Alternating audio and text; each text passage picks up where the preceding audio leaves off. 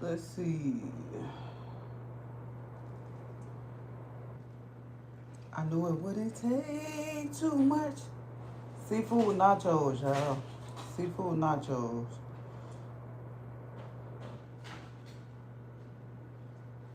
Seafood nachos.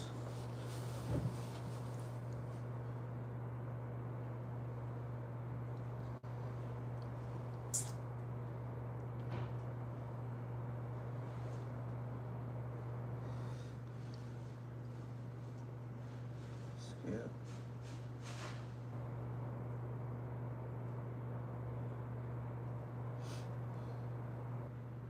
Hey, hold on.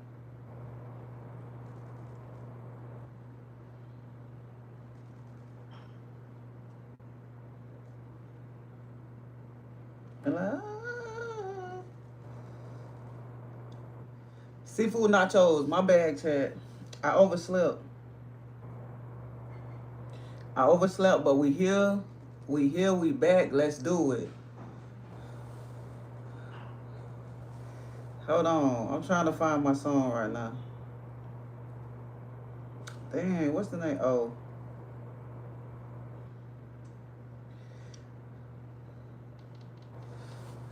Chat, I overslept, but we got them seafood nachos, though. Stop playing with me. I like to chase too much. I know you play too much. Once I got you in front of me, do it what it take too much. Okay, hold on. I'm hungry. My bad, chat. Hold on. Do I got a fan on? Okay, that's what I'm missing. That fan. Hold up. There we go. I overslept, Chad. I had put on them chicken sounds. Them fried chicken sounds. Them fried chicken sounds. I sleep harder than rain. Once them fried chicken sounds hit, baby, I'm telling you, it's better than the rain. I woke up because my stomach was scrubbing my bed. I ain't even gonna hold you. I ain't even gonna hold you. Shrimp nachos. Wait. Wait, hold on. Y'all see that? Ooh. Ooh. No. Mm-hmm. Mm-hmm. I forgot the sour cream.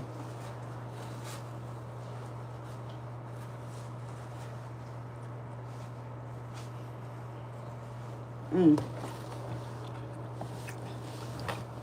We got sour cream. We got avocado.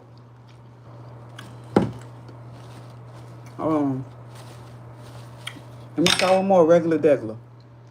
Cause baby, say what? Say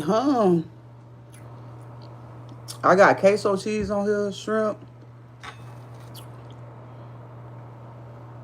jalapenos, cilantro, and red onions. Mm-hmm. Mm-hmm. Mm. Mm. Mm-mm-mm-mm-mm. Baby.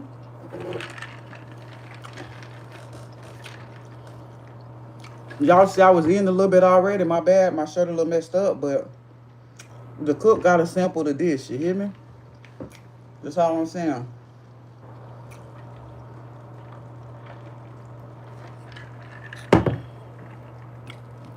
Hold on. I know you just didn't say what's in there. I just told you what was in there. You didn't hear me? Oh, you know what? Damn.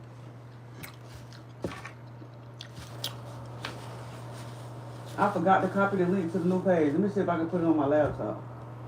I forgot to copy the link to the new page. I totally forgot, chat. My bad. Hold on. I can't focus on that right now. It's spicy. I ain't gonna hold you. It's like spicy. Because I put some jalapenos in there. Now, hold up. I need to get a good bite with that cheese on there. Oh, my God. Oh my God. Mm-hmm. Mm-hmm. Mm-hmm.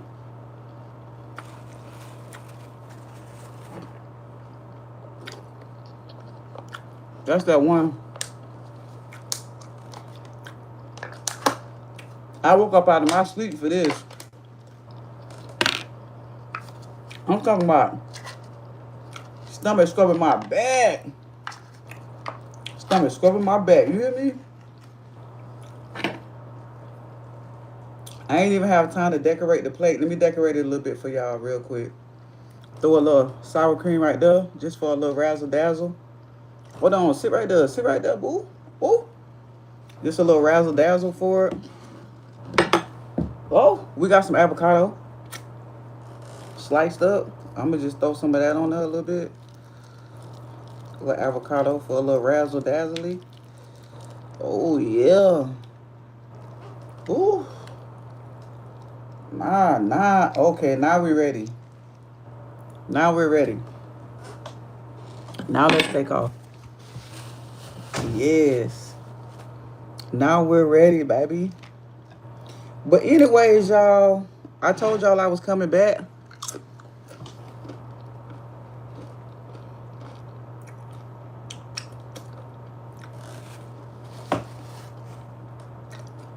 Cause I ain't gonna lie. I wanted to make this and just lay in bed and eat it. That's how I'm feeling. If you don't eat in your bed, you childish.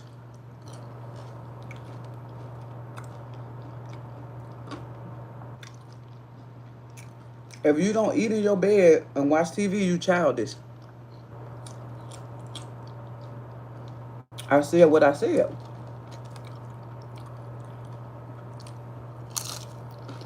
Mm-hmm. Mm-hmm.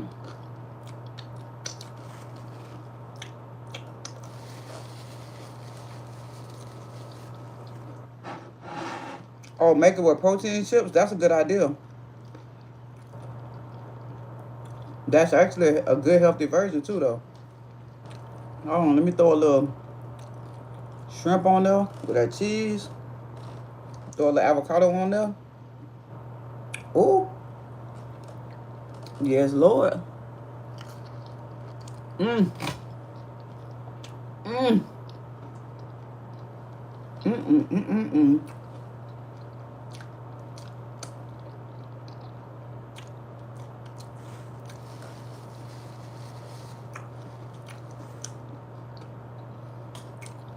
You don't like crumbs in your bed? You don't know what you're doing. If you got crumbs in the bed, that means you ain't eating right. Shouldn't be no like. Look at me right now. Look what I'm eating. Tell me when you see a crumb drop. Hold on. I'm finna get a chip with some cheese on there. I'm gonna put a shrimp on there. I'm gonna put some avocado on there. Let's dip it in the sour cream because we need some of everything. All right? Tell me when you see a crumb drop.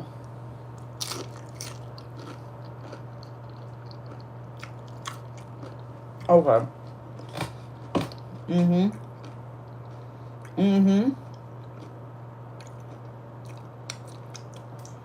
Mm-hmm. Mm-hmm.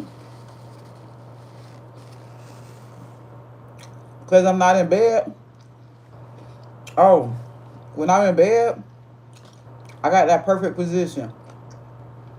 So you got to angle the pillows just right. So when I'm in bed, I got those pillows angled just right. It's like, you see how I'm sitting up right now? But then I got a pillow like around me each side. So it's like I'm sitting like this. But I'm laid back like this. And I'm just like this. I'm just telling y'all, hey, man, to each his own, man. To each his own, bro.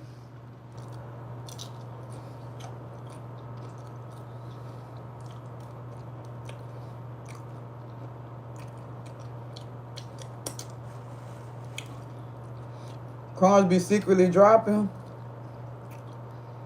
Y'all know I'm a big bag. I had somebody get in my bed one time. They was like, man, you been eating in here. I was like, I swear I haven't.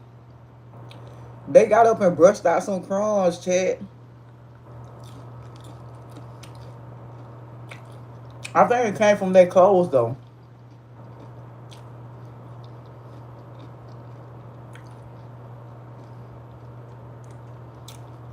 I really think it came from their clothes. Because I ain't feel them. Hey, somebody write in the chat what I'm eating, so I don't got to say it 20 million times. Exactly. Somebody write in the chat what I'm eating, so I don't got to say it 20 million times.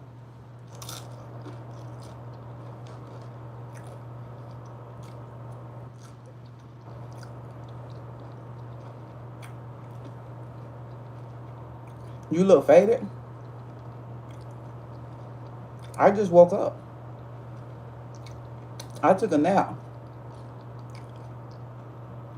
I was having nightmares of my stomach scrubbing my back. Woke me straight out my sleep. Oh my goodness, I had to eat. When I tell y'all I literally just woke up, like, I woke up and put this food on, hopped in the shower. By the time I got out the shower, it's ready because it's real simple. Because I don't make the cheese. I buy the queso already made. Like, if you got an HEB, you know what I'm talking about. I don't get the kind in the jar. I ain't talking about that jar. I get the kind that's already made. HEB, it come in a pan of fresh shredded cheese. All you got to do is put it in the oven. I got that. So the only thing that really had to cook was that in the oven and the shrimp.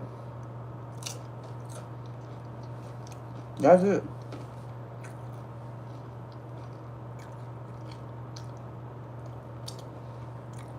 That's it. That's all.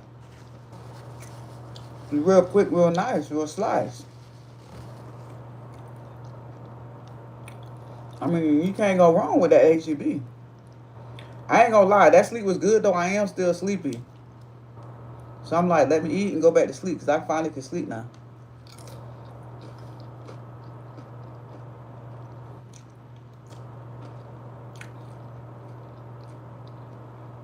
Yesterday I made nachos and cheese with beans, rice, and meat, lots of cheese. That sounds good.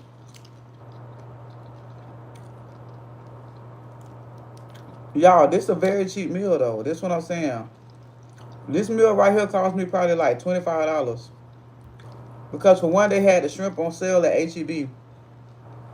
The key to getting good shrimp, well, I don't know where y'all stay at, but where I'm at in Houston, ooh, that's spicy. Ooh. I just ate a pepper. I just ate a jalapeno. I know you lying. I couldn't have got the seed out of that one. The key to getting good cheap shrimp, where I'm at in Texas, is go to the, what they call it, the fish market part in HEB, and get the fresh shrimp. I got a pound of wild caught shrimp. Wild caught, not foreign raised. A pound of wild caught shrimp, jumbo size, for $8. You can't beat that. And it was already clean. It was already clean. You ain't got to clean it. Okay? So that's the cheat to getting, like, cheap shrimp, is get them fresh. Because when you get them frozen, it's like they cost more.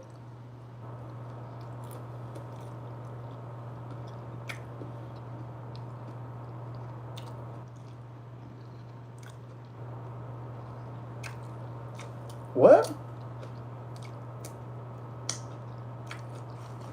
What? What I mean?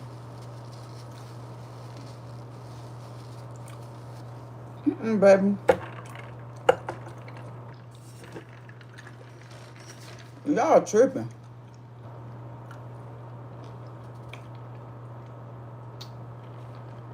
I love drinking out of this, Stanley. But I hate drinking out of it because it reminds me of her. Oh, it's like the gift and the curse. Oh, maybe one day I'll find it in my heart to throw it away.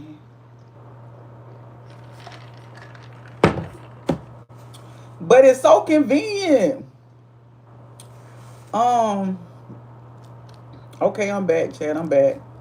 It only get worse at night. I don't know what it is at night. That's when y'all, do y'all be that way at night? I be all up in my feels at night. During the day, I can block it out. But at night, I be sliding down the wall, y'all. That's why I ain't really even want to wake up. I wanted to stay asleep, but I was so hungry. I think it was the fried chicken sounds that put me to sleep. Y'all, listen, I'm telling y'all straight up. If you have a hard time sleeping, if rain sounds don't work for you, do fried chicken sounds. I know y'all think I'm making this up, but that is a thing online. Look up fried chicken sounds. That put you right to sleep, baby. I'm not lying. Mm-hmm. I'm not lying, y'all.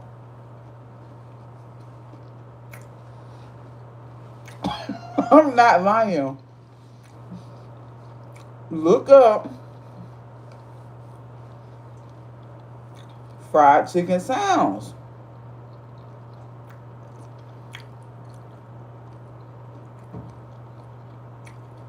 It's because your nervous system is more relaxed at night, so your hidden emotions flow. Damn, that sounds about right. Mm, that sounds about right. Because at night, during the day, I can block it out, but at night, baby, y'all know that old school song. If you think you're lonely now, wait until tonight, girl. That's me.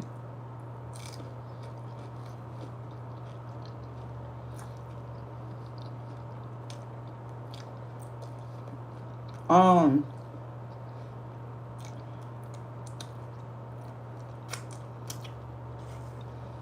how'd I even think to look it up?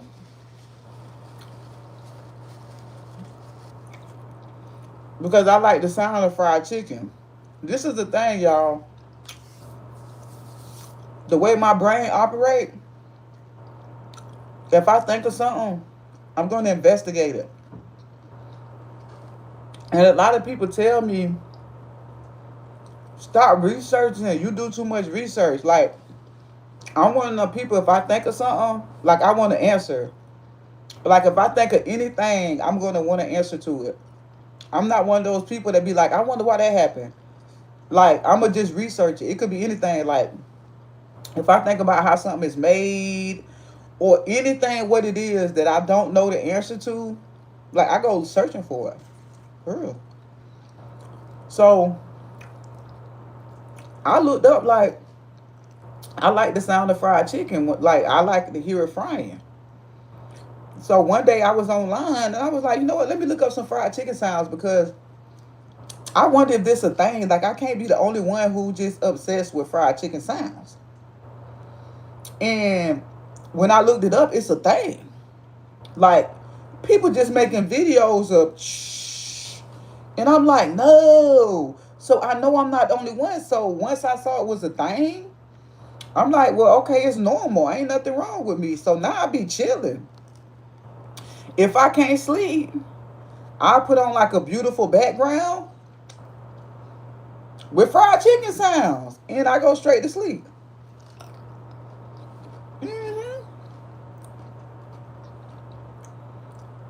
Mm-hmm.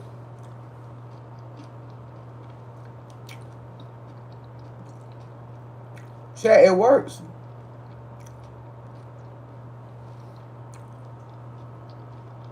It works. You probably picked the chicken and the croutons off the Caesar salad.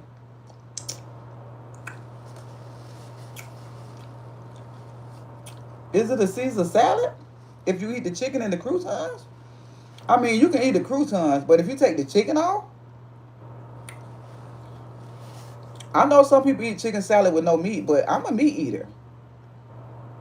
So don't hand me no salad without no meat because I'm going to hand it right back to you. That's disrespectful. Hand me a salad without meat. Count your days and your nights. Count your days, your nights, and your weekends. Yeah. Because that's too much.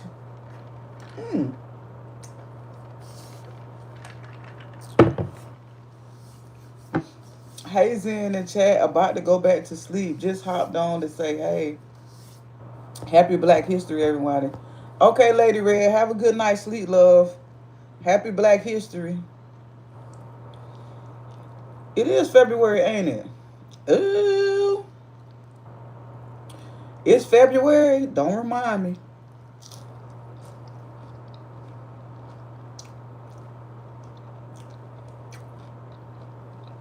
A sandwich with no meat is technically not a sandwich.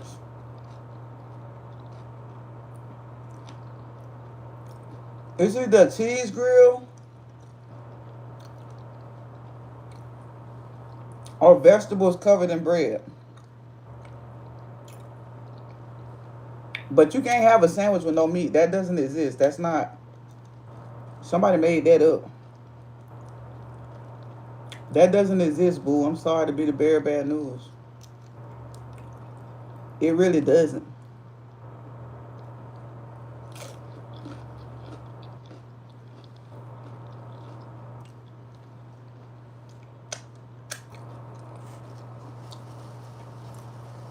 Peanut butter and jelly?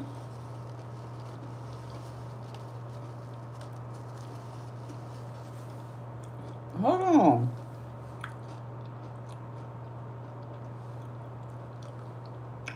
Where y'all stay at?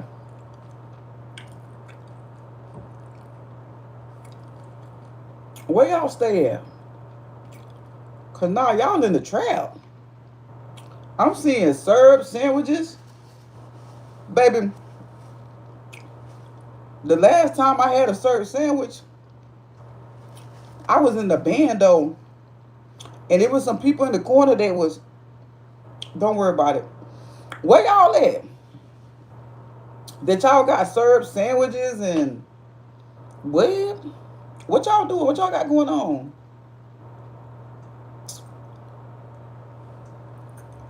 Just curious. I ain't here to judge. I'm here to learn. I ain't here to judge. I'm here to learn. Are you going to talk about dark psychology? Sure, give me a topic.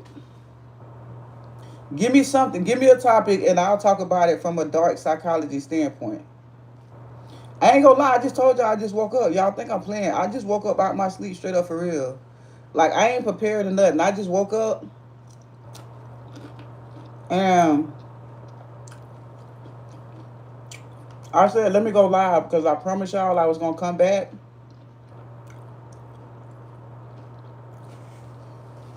And that's one of my things that I'm working on for 2026 is to be more consistent, especially keeping my word. So if I tell somebody something, I'm going to do it.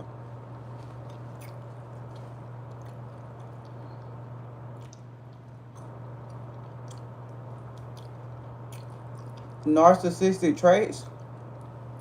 You want me to talk about that from dark psychology? Well,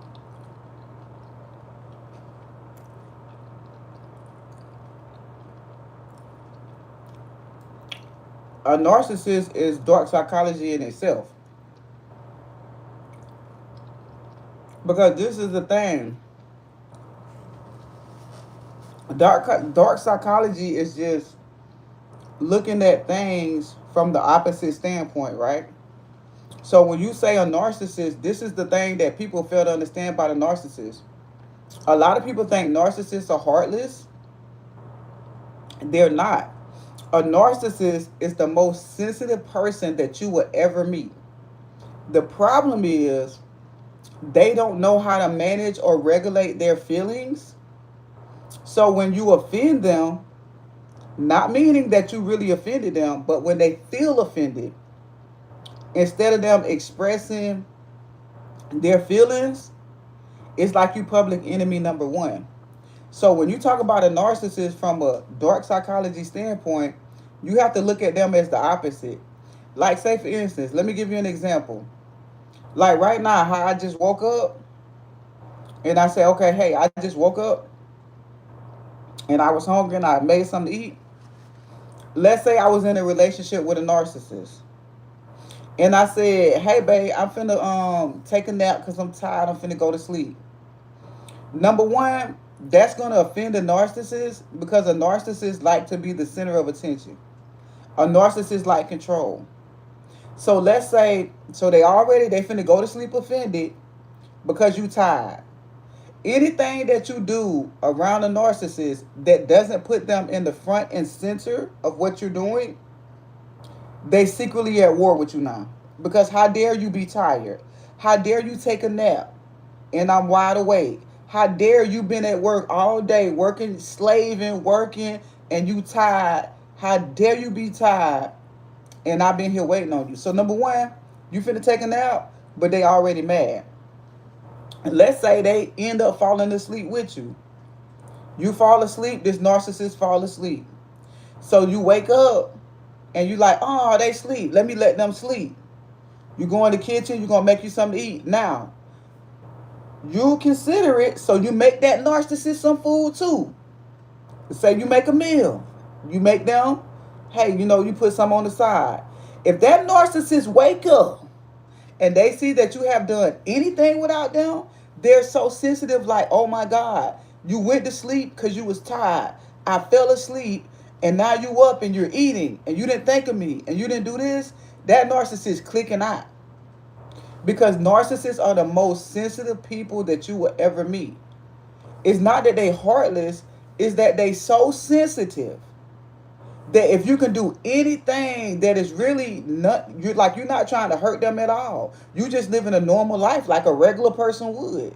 But if they're not front and center, if your every single move doesn't involve them to be front and center, oh, they at war with you. And the thing about a narcissist is, because they don't know how to regulate their emotions and because they don't know how to process their feelings properly, they're never going to tell you until they take you on that long ride. Whoever dated a narcissist, because y'all know what I'm talking about. A narcissist takes you on a long ride. And what I mean by that, you could be going to the store 5 minutes away, but you done triggered that narcissist. That 5 minute store ride, it's going to be an hour to 2 hours. Because once you get there, they finna have you in that car just talking hella shit to you all night long. Just talking about everything you have ever did wrong from the first day they met you. If you ain't going for no long ride, oh, they going to keep you up all night. They're going to keep you up all night just talking about everything you ever did wrong since the time they met you. Because they're triggered, they're sensitive.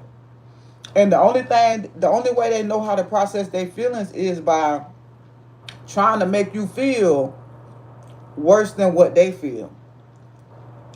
Right? Because a normal person would say something like, if your significant other come home and they tired, a normal person would say something like, oh, babe, I missed you today.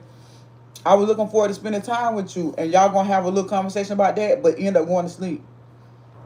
Y'all going to go to sleep. You wake up, they in the kitchen doing whatever. Oh, babe, I'm glad you cooked. But a narcissist, they're so sensitive and they get so triggered. The only way they know how to deal with their emotions is by making you feel worse than them. And that's why narcissists are hard people to deal with. Because that's how they deal with their emotions. They don't deal with their emotions like regular people. No. Oh, you trigger me? And it could be something. Y'all, when I say it could be something so simple, y'all. I'm talking about it could be the simplest thing. It could be the simplest thing. If you ever dated a narcissist, you know what I'm talking about. It could be nothing that you did intentionally. Because here's the thing about a narcissist: 99% of things that they get offended about are things that you're not even doing to hurt them. But they're so sensitive that if they're not front and center, whatever you do that doesn't put them in the forefront, triggered as hell. Trigger.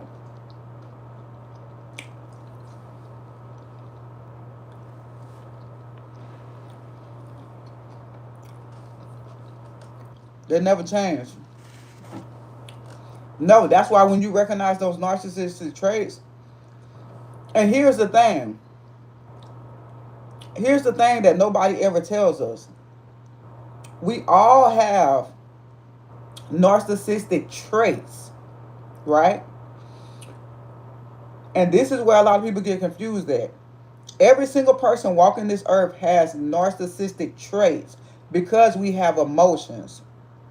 The difference between a narcissist and a person with narcissistic traits is because they never focused on themselves. They never went through that self journey, learning their self, learning their identity. They never explored how to regulate their feelings. Because let's be clear, we all have been offended by things that people do that has nothing to do with us. And that's one of the things that you learn on your self-healing journey is a lot of the things that you go through has nothing to do with you.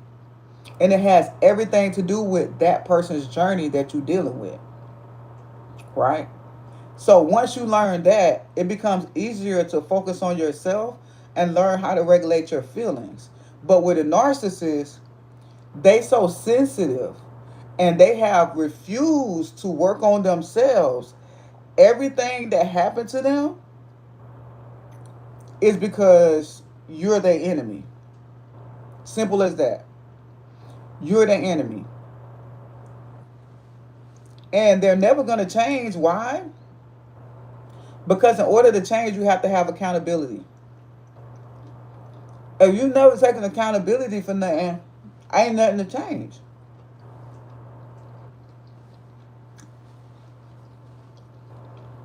If you never take accountability, what you got to change? And this is why I always say, when I see a person don't have accountability, I stay far away from that person because it's gonna be a roller coaster ride. Mm-hmm.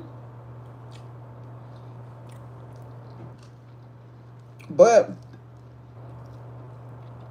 the thing about it is, where I think a lot of us get confused at too, because you can acknowledge that you have done something wrong, but that don't mean you're taking accountability. See, a lot of people think because someone say I'm sorry, a lot of people think when you just acknowledge what you did, that that's accountability. No, you just acknowledged it. That ain't taking accountability. Accountability is a change of action. I can sit here all day long and tell you, oh, I'm sorry. Oh, I did that. I'm sorry. But I'm not showing you any accountability until I change my actions. And that's where a lot of people get accountability confused at. And this is why narcissists are able to run their game so well. Because if it's one thing about a narcissist, when they feel that they're losing control, they will admit it. And can y'all tell me what's a narcissist's favorite line? Because I swear to you, every narcissist got this line. And when I hear a person say that, baby, I'm going to never talk to you again. Mm-mm. What's a narcissist's favorite line that they always say?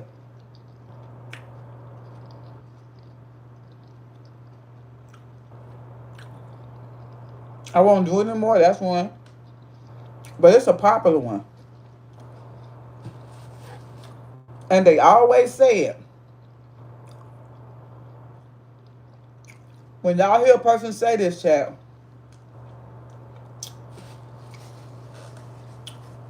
I'm not apologizing for nothing. That's one. That's one. Well, it's kind of two. Because now that you said that one, it kind of made me think of something else. But the number one narcissist line, that if I don't care who I hear say this, if you ever tell me this, I promise you I'm never talking to you again. Fine. Go ahead and leave me like everybody else did. Soon as I hear that, I'm packing up my belongings. Surely will. Surely will. I'm packing up my belongings so fast. That is a narcissist's favorite line. Fine. Go ahead and leave me like everybody else. Surely will. Before you can even get that sentence out, baby. I'm gone. I'm gone. Because that's a narcissist's favorite line. Fine. Go ahead and leave me like everybody else did. Surely will, bookity boop boop. I'm packing up as we speak. As we speak, I'm out the door. Because narcissists, no. No. Because if everybody leaving you, you're the common denominator. Okay? I get it. We all done had some hard times. We all done had some bad relationships. But if in your head, when you're in a situation where you have to take accountability, and the only thing that comes to your head is fine, leave me like everybody else did. Ooh, before you can get that sentence out, I'm packing it up. I'm making sure I'm gathering everything. This is the last time you finna see me, boo. You don't know it yet, but you finna find out. That's a narcissist's favorite line because why? And here's the thing about it is, they're not lying. Everybody else did leave them. But what they're not saying is, it was for a reason. Everybody else left for a reason. Because the same thing that they're trying to pull on you is the same thing they've been trying to pull on everybody else. And eventually, they left. Oh, yeah. Oh, yeah. And to get deeper in it, from a dark psychology standpoint, let's understand why they left. Because, see, a narcissist is so sensitive and they don't have any emotional intelligence. And this is why I hate that line. Because another thing that a narcissist would do, they love to look up quotes and little scriptures to try to justify their story. Right? Another line that a narcissist will always use: people don't leave the people don't abandon the people they love. They abandon the people they was using. And what planet you living on? Because I abandon people I love all the time if they don't know how to handle me. If they mistreated me, absolutely, I'm going to abandon you. I might answer your calls. I might talk to you from a distance, but you're most definitely finna be abandoned. Because this is the thing. In order to be in my presence and in order to deal with me, it requires certain things. The same way, vice versa. In order for me to deal with you and be in your presence, it requires certain things. So I hate that. I hate that quote. People don't abandon the people they love. They abandon people they use. No, people abandon the people they love because the people they love try to take advantage of the love that you have for them. So the moment that you see I love you unconditionally and you think somewhere in your narcissistic brain, because I have so much love for you that I'm finna let you handle me any type of way and treat me any type of way, that's the moment that you lost me, because I'm not. I don't care how much love I got for you. Because at the end of the day, when someone does that, they're making you choose between yourself and them. And baby, I tell people all the time, don't ever make me choose between you and myself, because I'm going to always choose me. Because there was one point in time that I chose the other person, and I know how that feels. And when it was all said and done, I had to sit with myself and deal with myself. And you wanna talk about getting over heartbreak? Try getting over your own heartbreak that you caused on yourself. That's a whole nother level. That's coming back from the depths of hell. When you're dealing with a heart that you broke yourself, and it was your own heart. Yeah, I'm never choosing someone else over me again. So I hate that slogan. But that's another slogan that narcissists love to say. People don't abandon the people they love. They abandon the people they was using. No, no, no, no, no, no, no, no. So when I hear that quote too, I'm packing it up. I can't get out of here fast enough. I'm packing it up, boo. Because if it's one thing a narcissist gonna do, they gonna look up a quote, baby. I'm just telling you what I know. Mm-hmm. Mm-hmm.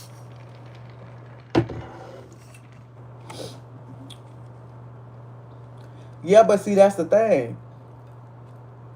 The way that you deal with a narcissist is simply no contact. Once you see a person, and this is the thing,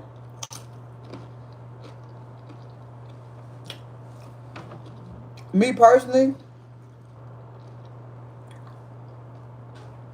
I determine if somebody is a narcissist.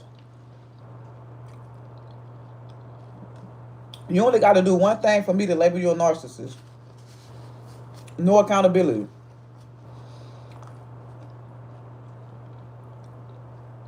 You only got to do one thing.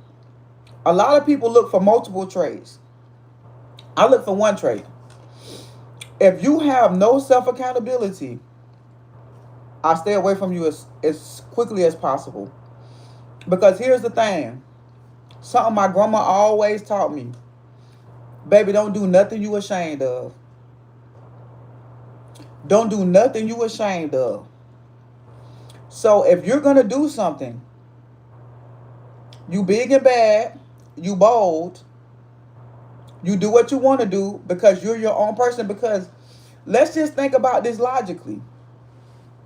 And this is why we have to look at things from a dark psychology standpoint.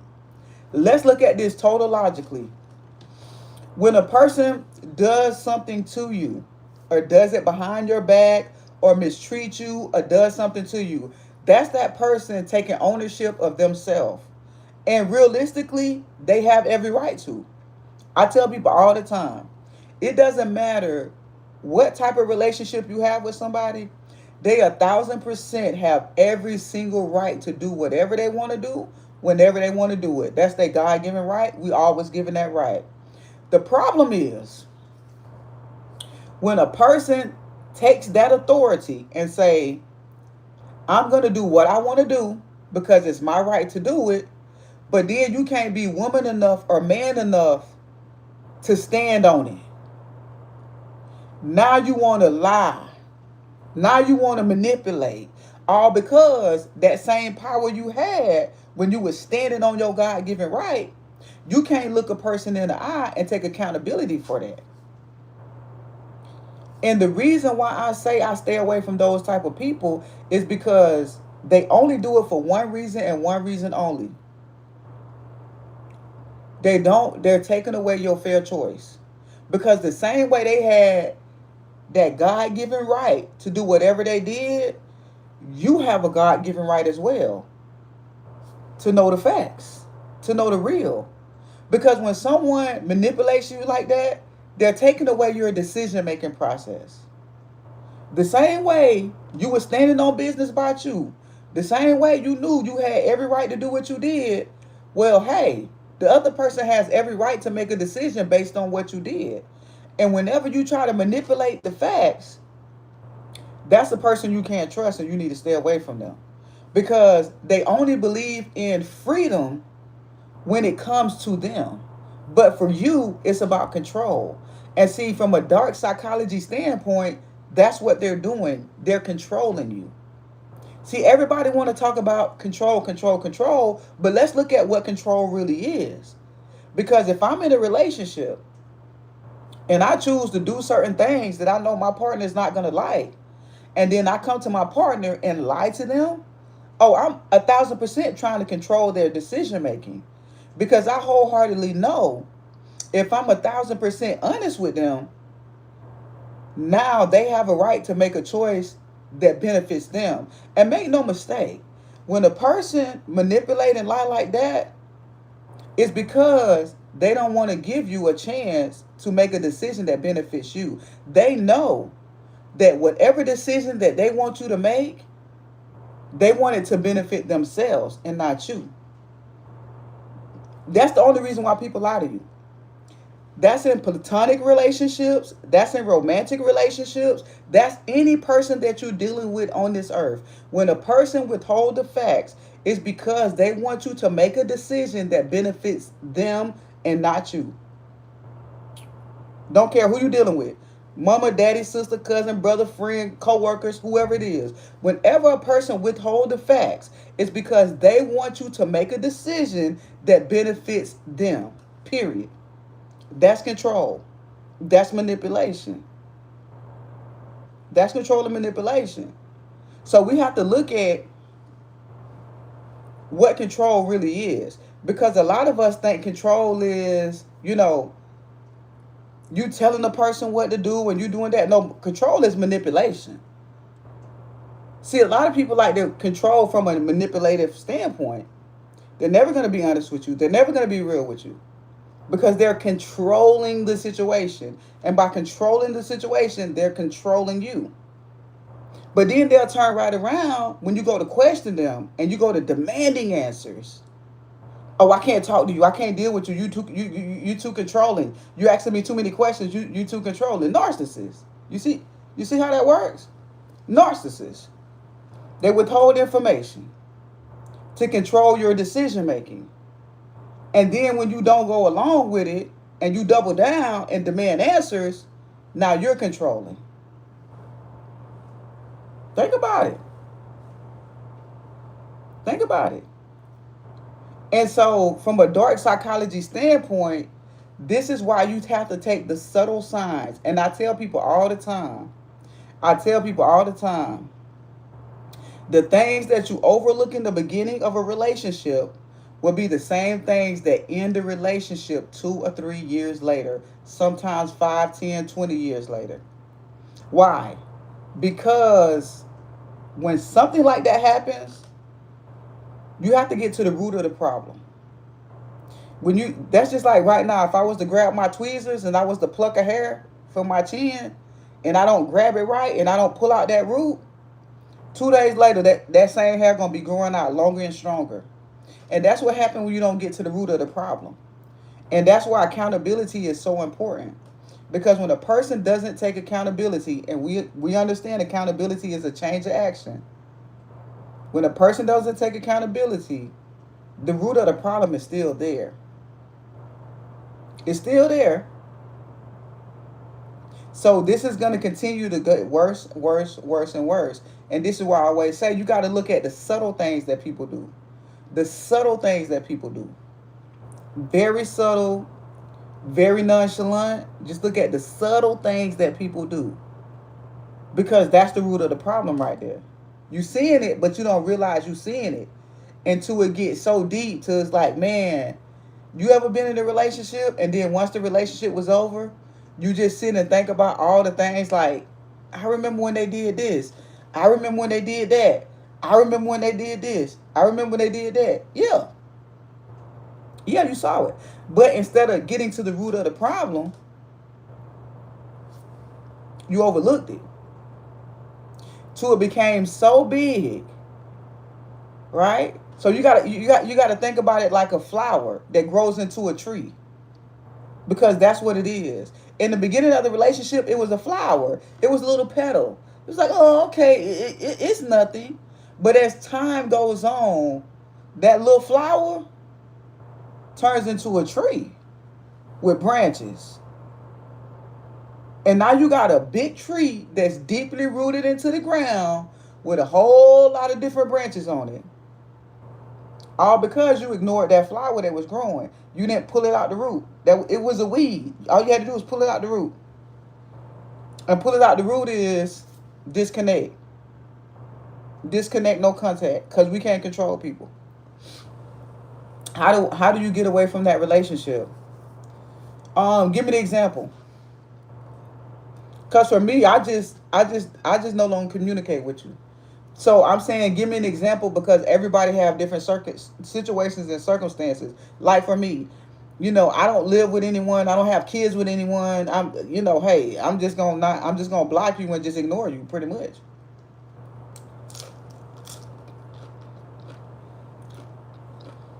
So I'm saying, like, what you mean? What's the circumstances to where you just can't straight up ignore that person? Don't feed the fire. Because this is the thing about people like that. The only way they can get over on you is when you allow them access. When you allow them access.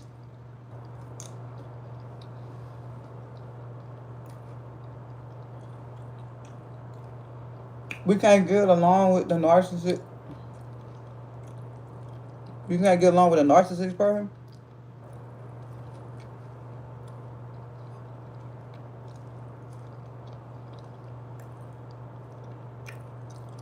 Mm.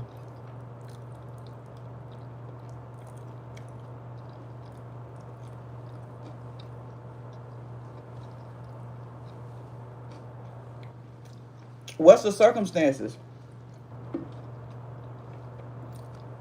If it's one thing you have to understand by the narcissist is, and I'm gonna just say any person,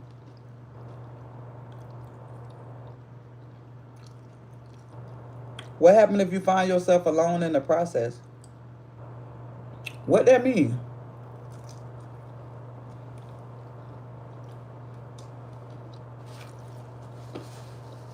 What that mean? What happened if you find yourself alone in the process? Like, what that mean?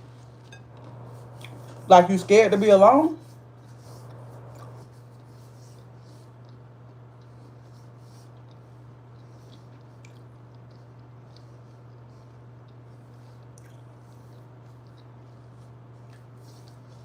If you scared to be alone, that's a problem within itself. Mm-hmm. If you scared to be alone, it be scary. Mm. Yeah, I think them some issues you need to deal with within itself. That's really a self issue, and it's common. I stayed in a lot of relationships because I didn't want to be alone, and I was that way until I went on my healing journey. Because although I haven't had that many relationships, from the time I left home, I was dating somebody older than me. I left home when I was 16. From the time I left home, although I really wasn't in a lot of serious relationships and I didn't live with people like that, I always had women that I was dating. So I like never was alone. Like even if I was in a serious relationship, before that relationship ended, I had somebody else I was dealing with. You know, it was just a constant thing until I went through my healing journey when I turned 40, and I was single for 3 years, and that was the longest time I had ever been single. And when I say single, I don't mean like in a relationship. I mean like I didn't deal with anyone. Because after I went through that heartbreak, I promised myself that I was going to figure myself out. I was going to figure out, why am I accepting the things that I'm accepting from people that I know I don't deserve. When I walked away from that relationship, I knew that there was something within me I had to fix. Because ain't no way in the hell somebody is going to take advantage of me, use me, and we know it. Like, let's be clear. We know when somebody love us. We know when somebody don't. We know when somebody using us. We know when somebody don't. But a lot of times we stay because, like you said, you don't want to be alone. You love them so much. But when you in that situation, you really have to understand that there's something within you that needs to be fixed. And it took me till I was 40. So don't wait till 40. Okay? It took me till I was 40. But you have to understand that there's something within you that needs to be fixed. There's a reason why you are allowing certain things. And I'm telling you, if it's because you don't want to be alone, baby, the best thing that you can do is be alone. Because you know what? That self-discovery journey taught me, baby, you can lie to everybody else. And this is why I tell people all the time, I look at people differently that's scared to be alone. Because this is the thing. You can lie to everybody else. You can lie to your mama. You can lie to your daddy. You can lie to your coworkers. You can lie to your friends. You can lie to your children. But baby, the hardest thing for a person to do is sit in that room and sit with themselves. Because you can't lie to you. You know what you're feeling. You know what you're going through. That's when things get real. When you got to sit with yourself and you got to look yourself in the mirror and say, how did we get here? How did we get here? How do we get out of this? Why am I feeling like this? See, that's when the truth is revealed. Because you can't shit yourself. You can't sit there and tell those stories that you tell to other people like, I'm okay, I'm fine. Oh, you ain't okay. Because the longer you sit in that mirror and you tell yourself, I'm okay, I'm fine, the more it's going to hurt.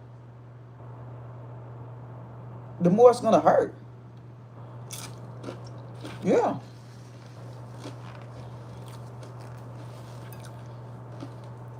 It's a hurtful process. It is. But I'm going to do this right here. I don't talk about this a lot. But I'm going to tell you, it took me 3 years to learn this. Well, I'm going to say 2 years. The third year, I was kind of there. And I'm going to tell you what took me 2 years to learn. Because when I tell you, when I left that relationship, I was depressed for a year. When I say depressed, no, I was depressed for a year.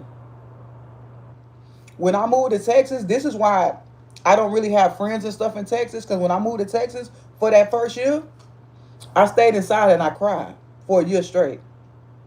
Like I was just existing. Like I was too scared to end it. And I was too scared to live. So I stayed inside and I cried for a year straight. The second year, I was kind of coming out of it. So I started doing a lot of reading. And I started, well, if I'm going to be here, I got to figure it out, right? So I'm going to tell you what took me 2 years to learn. It's painful because you don't know yourself. And out of all the advice that people tried to give me, that's the one advice that it took me 2 years to learn. You don't hate yourself. You don't dislike yourself. You don't know yourself. And it's hard to like something you don't know. That's been known since the beginning of time. People hate what they don't understand. You don't know yourself. You don't understand yourself. And it's painful because we're trained to hate what we don't understand. Right? So if you don't understand yourself, if you don't know yourself, you don't like yourself. And if you don't like yourself, how can you love yourself? So the first step is to get to know you. And I tell people all the time, when I say get to know you, get to know you. Not the mom you, or if you're a guy, the dad you. Not the brother you. Not the sister you. Not the auntie you. Not the child you. Get to know you. Who are you? Because see, a lot of times in life, we play many roles. You know, I was fortunate enough, I don't have kids, but I still played a lot of roles in people's life. I'm a sister, I'm a daughter, I'm a cousin, I'm this. And a lot of times we lose ourselves because we're playing so many different roles in life, we forget to play ourselves. We forget to who we are, right? This is why you notice a lot of older people, when their kids graduate and go off to college and the kids leave home and they empty nesting, they kind of like go through this midlife crisis that people call it. Like, okay, wait, what do I do now? I done raised my kids, they grown. Wait, hold on, who am I? Right? So it's painful because you don't know yourself. Because you've been playing so many different roles in so many other people's lives. Not to mention whatever heartbreak you've been going through or whatever trauma or drama you've been going through. All that piled on one. And now when it's time to sit with yourself, it's like, what do I do now? And you don't know where to start. Well, you start with learning yourself. Start with learning yourself for you, learning who you are for yourself. So when someone say, "Who are you?" Don't say I'm a great mom, because that's not you. You're a great mom to your daughter. If you're a dad, you're a great dad to your daughter. That's not you. That's who you are to your children. Don't say I'm a great daughter. That's not you. You're a great daughter to your mom. That's not you. That's who you are to your mom. Don't say I'm a great coworker. That's not you. You're a great coworker to your coworker. Who are you? When someone asks you that question, you need to be able to respond with something that only benefits you and no one else.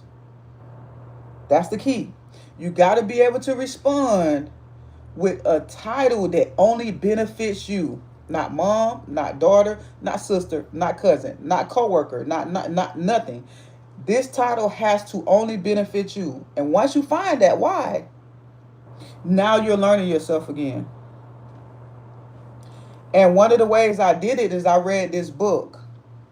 And in this book, it talked about, journaling and did that, because it took me a year to get through this book. And I'm going to tell you why it took me a year. Because every time they said, hey, journal what you want to be, journal what you want to do. The fact that I didn't know myself, I was on the first page for 6 months. I couldn't write nothing down. I didn't know what I liked. But see, this is the part that people don't discuss. They just want to say, journal. Hey, go journal and write things down. But then you stuck with a pen and paper and you don't even know what to write. And it took me 6 months to figure out until I read this book. And I wish I could think of the name of it. But it talked about, self-identity. And once I read that book, I got it and I understood it. Like, yeah, I'm stuck because I don't know me. I can't write nothing in this journal because I don't even know what to write. So it was like I was reborn again.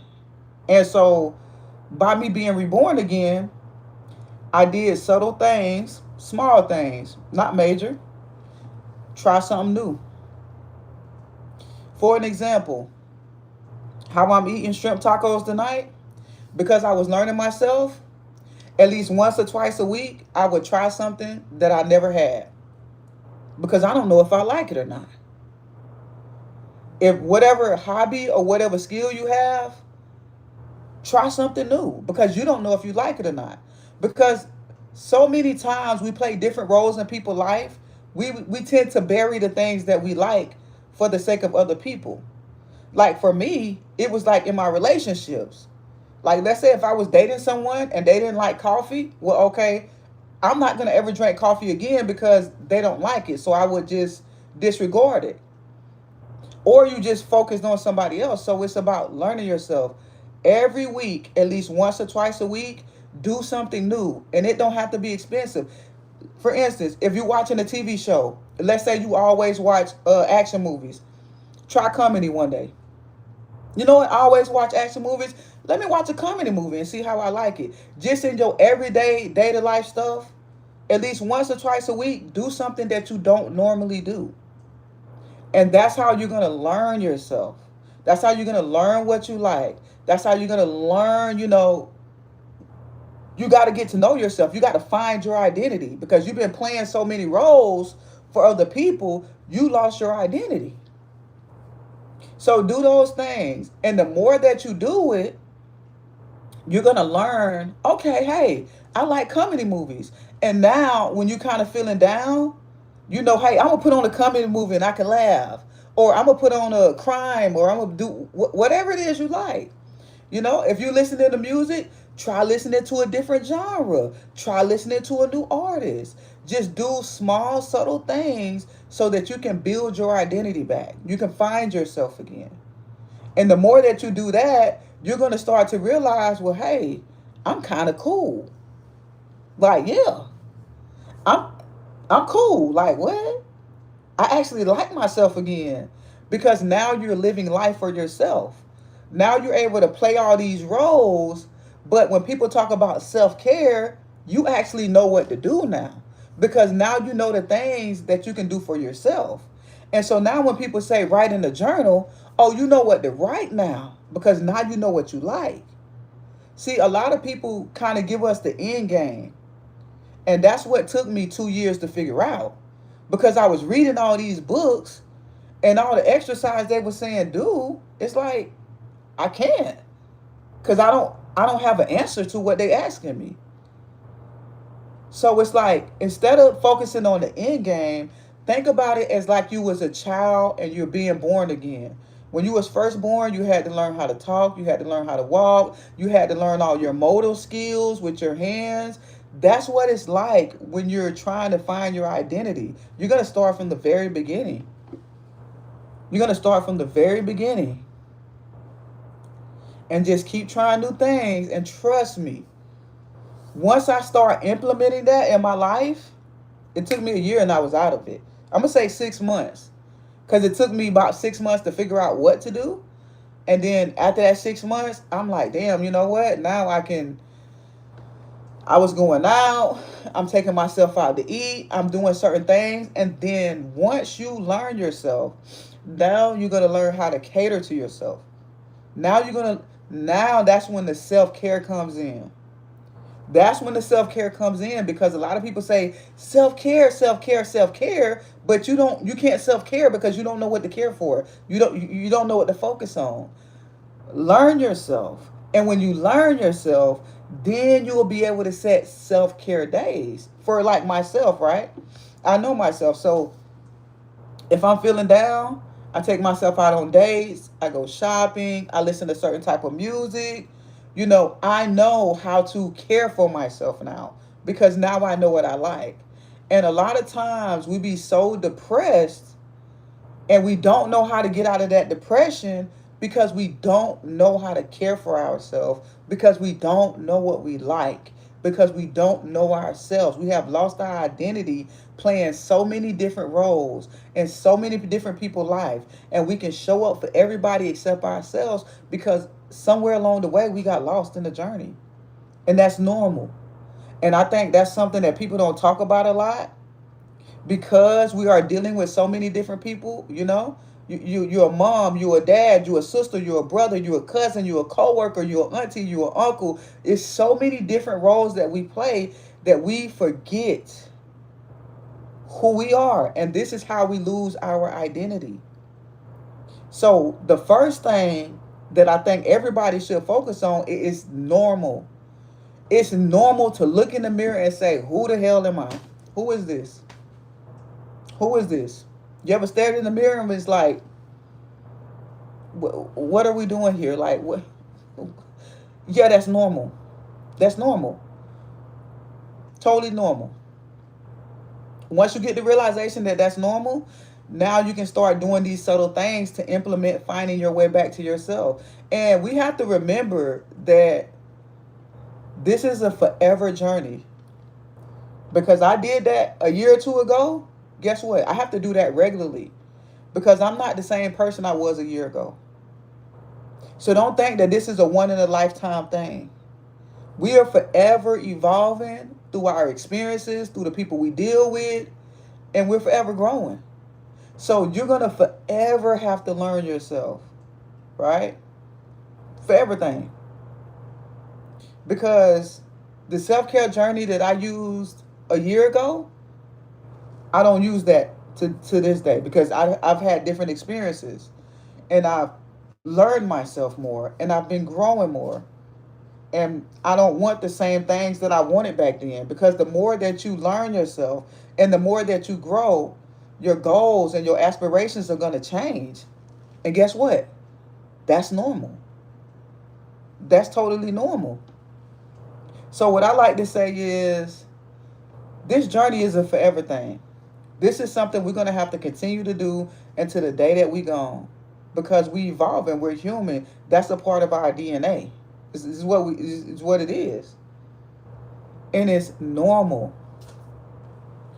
But please, just, don't ever think that sitting with yourself is hard.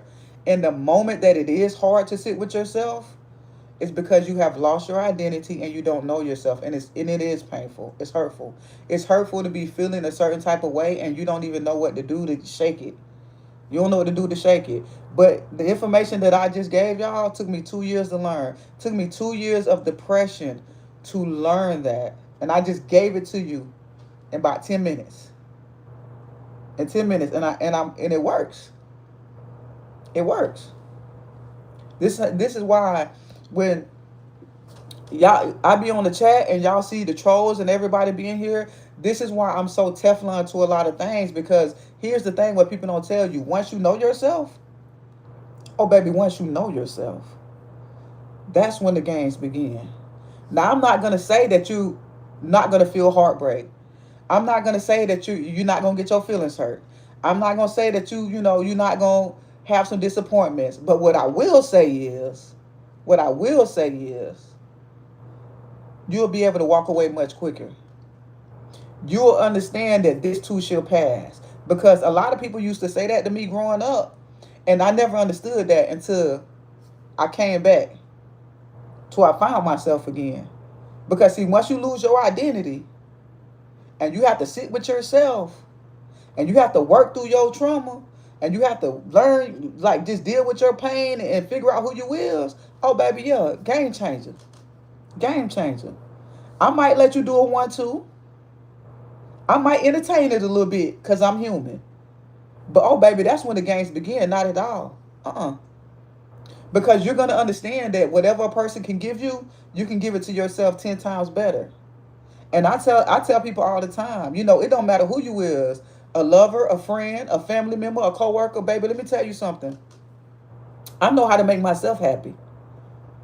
So if I got to deal with you and be upset all the time and be feeling a certain type of way, all up in my feelings, yeah, I'm just not gonna deal with you, because I know how to make myself happy now. Yeah. I'm not gonna say I'm not gonna be sad. I'm not gonna say I'm not gonna miss you. But baby, you go with something long enough, you start not to miss it. You go without something long enough, you start not to miss it. That's just what it is. It's a total game changer. It's a total game changer. Because for so long we have been conditioned to understand love to be a hurtful thing, and to be in people's presence, it requires sacrifice. It does, but to a certain extent though. To a certain extent though. And that's the thing.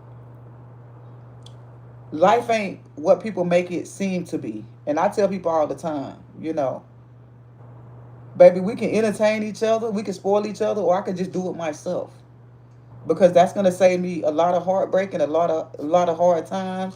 Like, I ain't finna be waking up every day and I'm second guessing everything I'm doing, and I gotta walk on eggshells, and I gotta make sure I'm doing this. Absolutely not. Absolutely, I'm not doing that. When I could just X you out, go through a couple heartbreaking weeks, being sad, being missing you, and then I'm back to what I do, because I know myself now, and I know who I am, and I know my worth. And when it boils down to it, you're gonna ask yourself one question: do I deserve that? Because when you have to fix a heart that you've broken, which is your own, oh, you ain't gonna keep breaking your own heart, because you're gonna know what it's like to mend it. And see, that's the thing that people don't talk about. And I say this all the time. When you stay somewhere you don't belong too long, you walking away with two heartbreaks, baby. Because that person gonna break your heart, and you done broke your heart. And this is the thing. Fixing your own heart that you broke, that's when you coming from hell and back. When you gotta fix your own heart, because you have abandoned yourself, because you have lost your identity, because you have sacrificed all your self-worth and your dignity, and now you got to sit with yourself and make yourself trust yourself again, because that's what happens when you stay too long. You don't trust yourself because you made so many bad decisions. You made so many bad decisions to try to hold on to something and someone else, that now you don't trust yourself. And now you can't sit with yourself. And now you can't learn yourself, because you asking yourself why. Why did I do it? Because yeah, now you gotta break your own heart. You have broken your own heart, and now you have to mend the heart that you've broken yourself. Once you learn how to trust yourself again, abandoning yourself will be the last thing that you will ever want to do. And that's why that quote is so popular.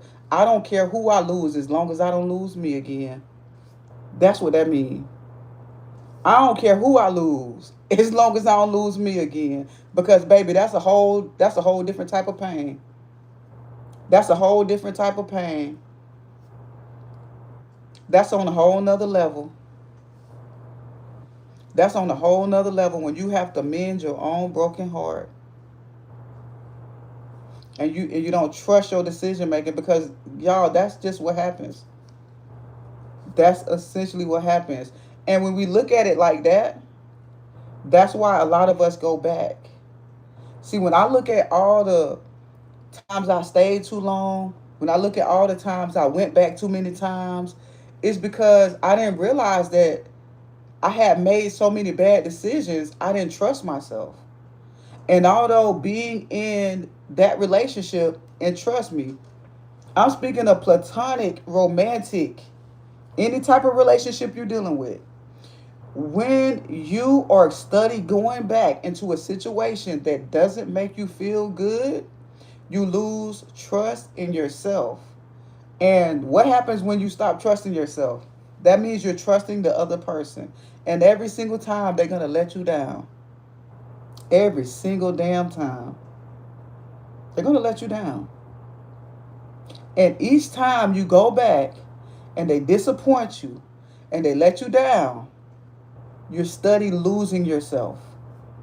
You study losing trust for yourself and your own decision making. But that's why we keep going back. Because we're in a state of confusion. And this is why I talk about manipulation so much. Because I don't think a lot of people understand how bad manipulation really is. How bad manipulation, to me, manipulation is spiritual warfare. That's just how I look at manipulation. It's a demon, spiritual warfare. I ain't dealing with it. Mm-mm. Because a person would sit there and make you think you whole ass crazy, all because they want to control you. They want to be able to handle you how they want to handle you. They want to have their cake and eat it too, and they would sit there and watch you lose your damn mind and lose yourself, just so they can have their cake and eat it too. I stay away from them type of people. We grown. We grown. Mm-mm. Mm-mm. We too grown for that. Because here's the thing. Like I tell people all the time, no matter what you into, there's somebody out there that's into that.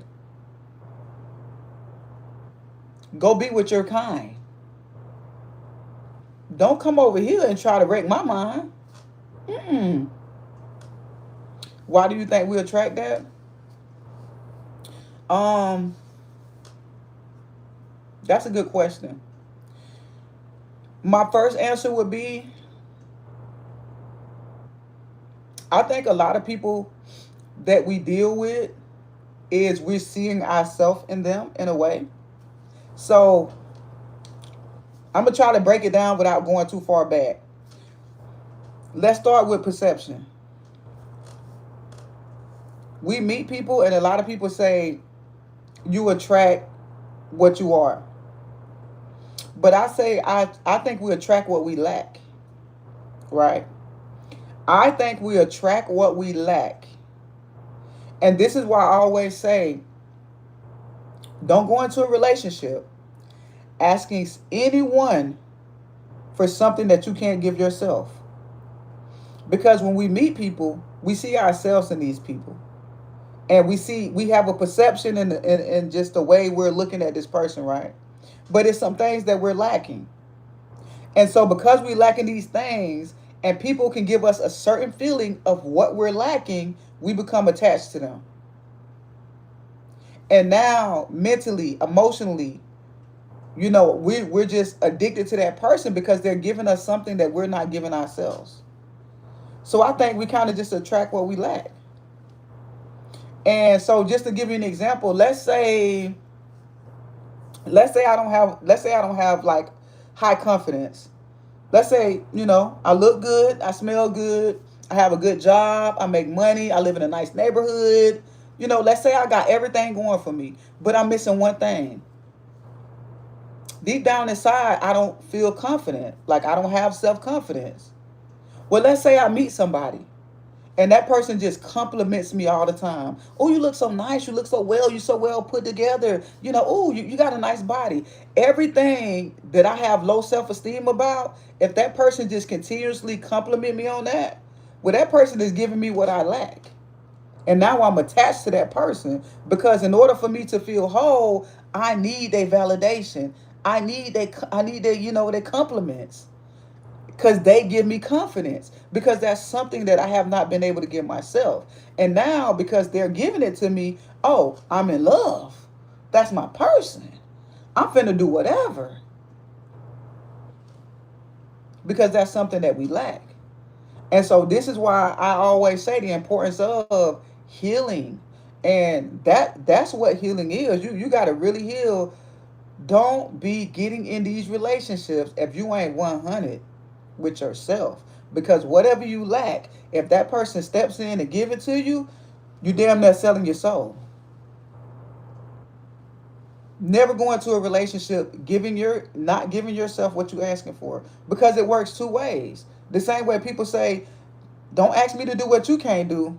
Well, the dark psychology part of it is don't go accepting what you can't give yourself. Cause it's gonna get real dark. It's gonna get real dark real quick. Would a partner with toxic family members is deal breaker for you? Um, I'm gonna say yes, and the only reason why I'm gonna say yes because I say this all the time. I'm a firm believer that people treat you how other people teach them to treat you. For an example, I can be dating somebody, their family can be toxic all day long.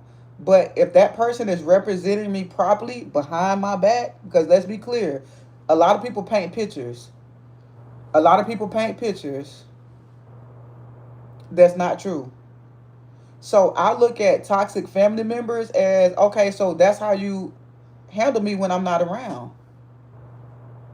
Because your family can be toxic all day long. But as long as you respect me behind my back, they gonna know how to respect me in front of my face.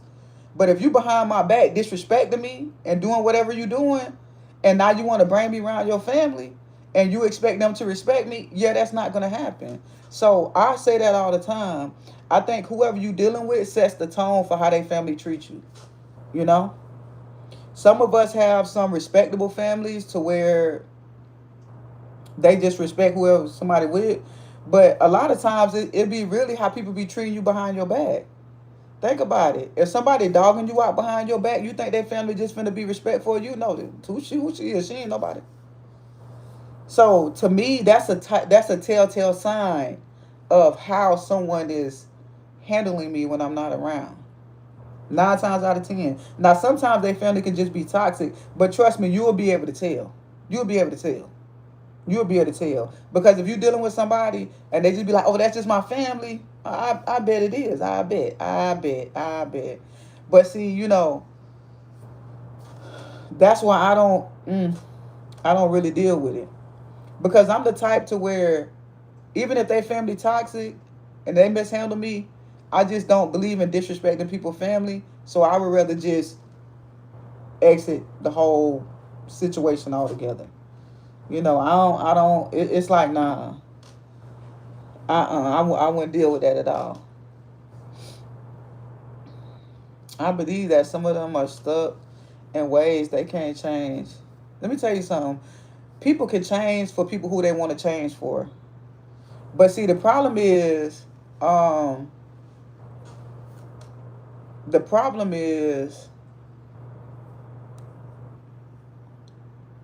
sometimes we deal with people and these people don't be where they want to be.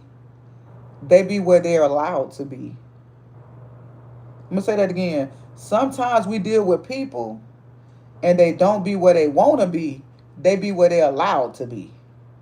Because the person who they want to be with ain't giving them the time of day And we just so happen to be the people who see the best in them. And so this is where they are. So when a person can't change, oh, they can change. They just don't want to change for you. Oh, I've dealt with people like that all the time. You ever been in a relationship? And when that person leave the relationship, that person give that next person everything you wanted them to do. Everything you asked them to do, they do it wholeheartedly, wholeheartedly. Yeah, because they didn't want to do it for you. They knew exactly what to do. They knew exactly how to do it. But for whatever reason, they felt like, nah, I'm not going to do it for her because that's not where they wanted to be. They was where they was allowed to be. I keep saying, a person's actions will tell you everything you need to know about them. I don't care how much talk game, and I keep saying I'm going to do a whole series on that. I don't care how much talk game a person tell you. If it's one thing you have to know for a hardcore fact, a person's words is going to tell you what they want you to know, but the person's actions is going to tell you what you need to know. It's just that simple. It's just that simple. A person's word is going to tell you what you want to know, but the action is going to tell you what you need to know. Actions, baby. Actions. That's what you judge. The actions. Forget what they can say, because I can sit up here today and tell y'all I'm a millionaire. I'm a millionaire, y'all. I'm a trust fund baby. And none of it can be true. Like, we have to understand how manipulative words are. People can say anything. And it's sad that we're in a day and time that we have to second guess everything people say. But this is the thing. I get it. I'm a hopeless romantic. I am. I'm a hopeless romantic. I want to believe every single word a person tells me. And this is why a lot of times I stay too long. And this is why a lot of times when I see things for what they are and I confront a person about it, I just want to believe them so bad because damn, not you too. Like, I didn't want it to be you. Like, you my boo. Like, not you, boo. Not you too. Not you too. But the reality is, yeah, you. Yeah, you too. Yeah, you too. Like, and we just really have to believe it. And we have to, you know, we have to let it be what it is. We have to let it be what it is. And it's heartbreaking, but just think about it like this. The longer you spend, the more time you spend with the wrong person, the less time you have to spend with the right person. And so it's important for us to walk away so that we can find our happiness. Because I'm a firm believer that if you were put on this earth, there was somebody put here for you. The problem is we done had so many bad experiences, so many disappointments, so many heartbreaks. It's hard for us to find our person.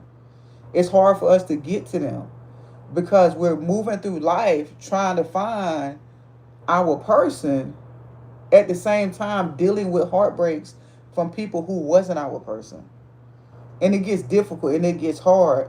And I always tell people, at this age, I'm 45. When you get to this age, we all done been hurt. We all dealing with trauma. We all done been hurt. We all done been lied to. Unless you with the love of your life that you was so blessed to meet from a young age and y'all was together, baby, we all done been through this trauma. We all done been through it. So it's so hard to kind of wait it out. But you got to wait it out. When you see them signs, you got to be able to let go. You got to be able to say, you too. I guess it's you too. Like, we just have to say it, because if not, we're going to continue to be with the wrong person. Yeah. We're going to continue to be with the wrong person. We're going to continue to be with people who is not for us. That's it.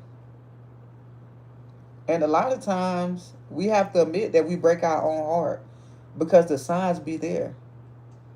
And I get it, cause I be like, not you too, boo, not you. Like I be sliding down the wall, not you too, boo, not you. Like you my babe, don't do this. And you gotta just, it gotta click in your head, like, yo, babe, out there wilding. You gotta let it go. Like you gotta just accept it. Like, yeah, babe, damn, babe, not you. And so now I have a thing that I do. The same way I'm just joking with y'all, that's how I kind of just laugh it off. Like, you gotta accept it. Damn, babe, you too. And y'all, the hardest thing to do is to grieve somebody that's still living. But that's what we have to do. We have to grieve the living. You have to walk away and admit they no longer exist to you now. You have to grieve the living. And that's something that's hard for us to do because a lot of people don't talk about that. When you have to cut people off that you love and they still here. See, a lot of us can grieve the people that are gone, but we have to understand there are people that's going to be walking on this earth that we just got to grieve. Because even though you heal, baby, I can't even deal with you that. I can't even see, because I was trying to give you my all and I was putting everything into it, and now I can't even deal with you now, boo. Now I got to let you go. Now it's the end. No, be continue. I got to let you go and move on and live your life. And now I got to act like I never met you now. Now I got to act like we never even met a day in our life. Do you know how hard that is to do for somebody you love? But it's something you have to do. It's something you have to do. It's something you have to do. I pray someone waters your flower as much that you have to give. You know what? I'm coming to the realization to where I'm like, you know what? I'm definitely just focusing on myself, and it's going to come. It's going to come. It's going to come. Because one thing I do know is the more good that you put into this universe, the more you're going to get back. And it's going to come. A lot of times we are distracted by people, places, and things.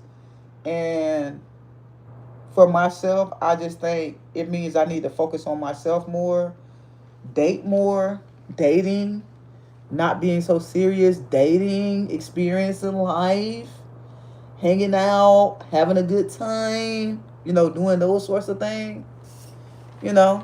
That's all it means. It's just that I have more life to experience. Because I'm a strong believer that we're going to find our person when we're ready. But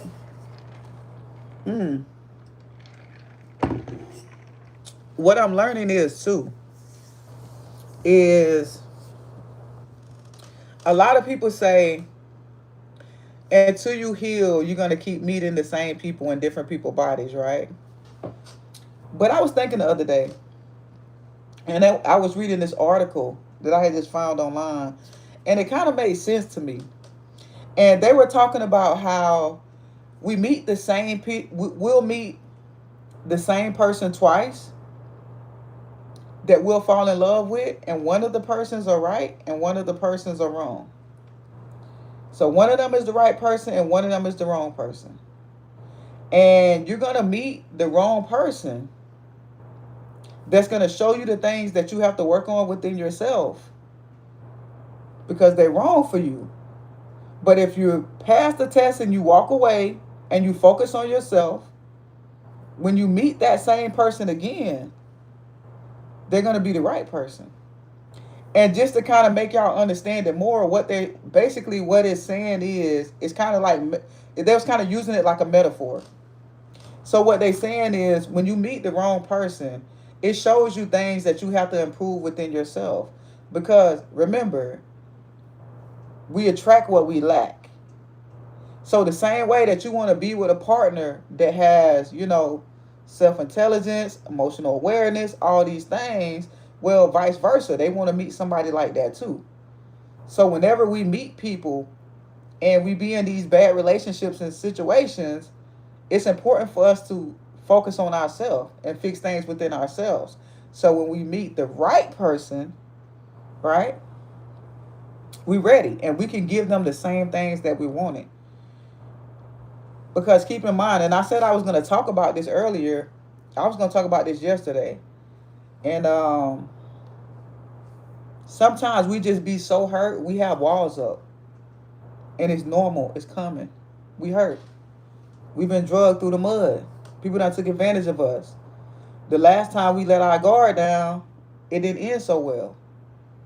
So a lot of times, we may be blocking out the people that can really be there for us. But we've been so hurt and we've been drugged through the mud. We have to work on some things ourselves to be able to receive.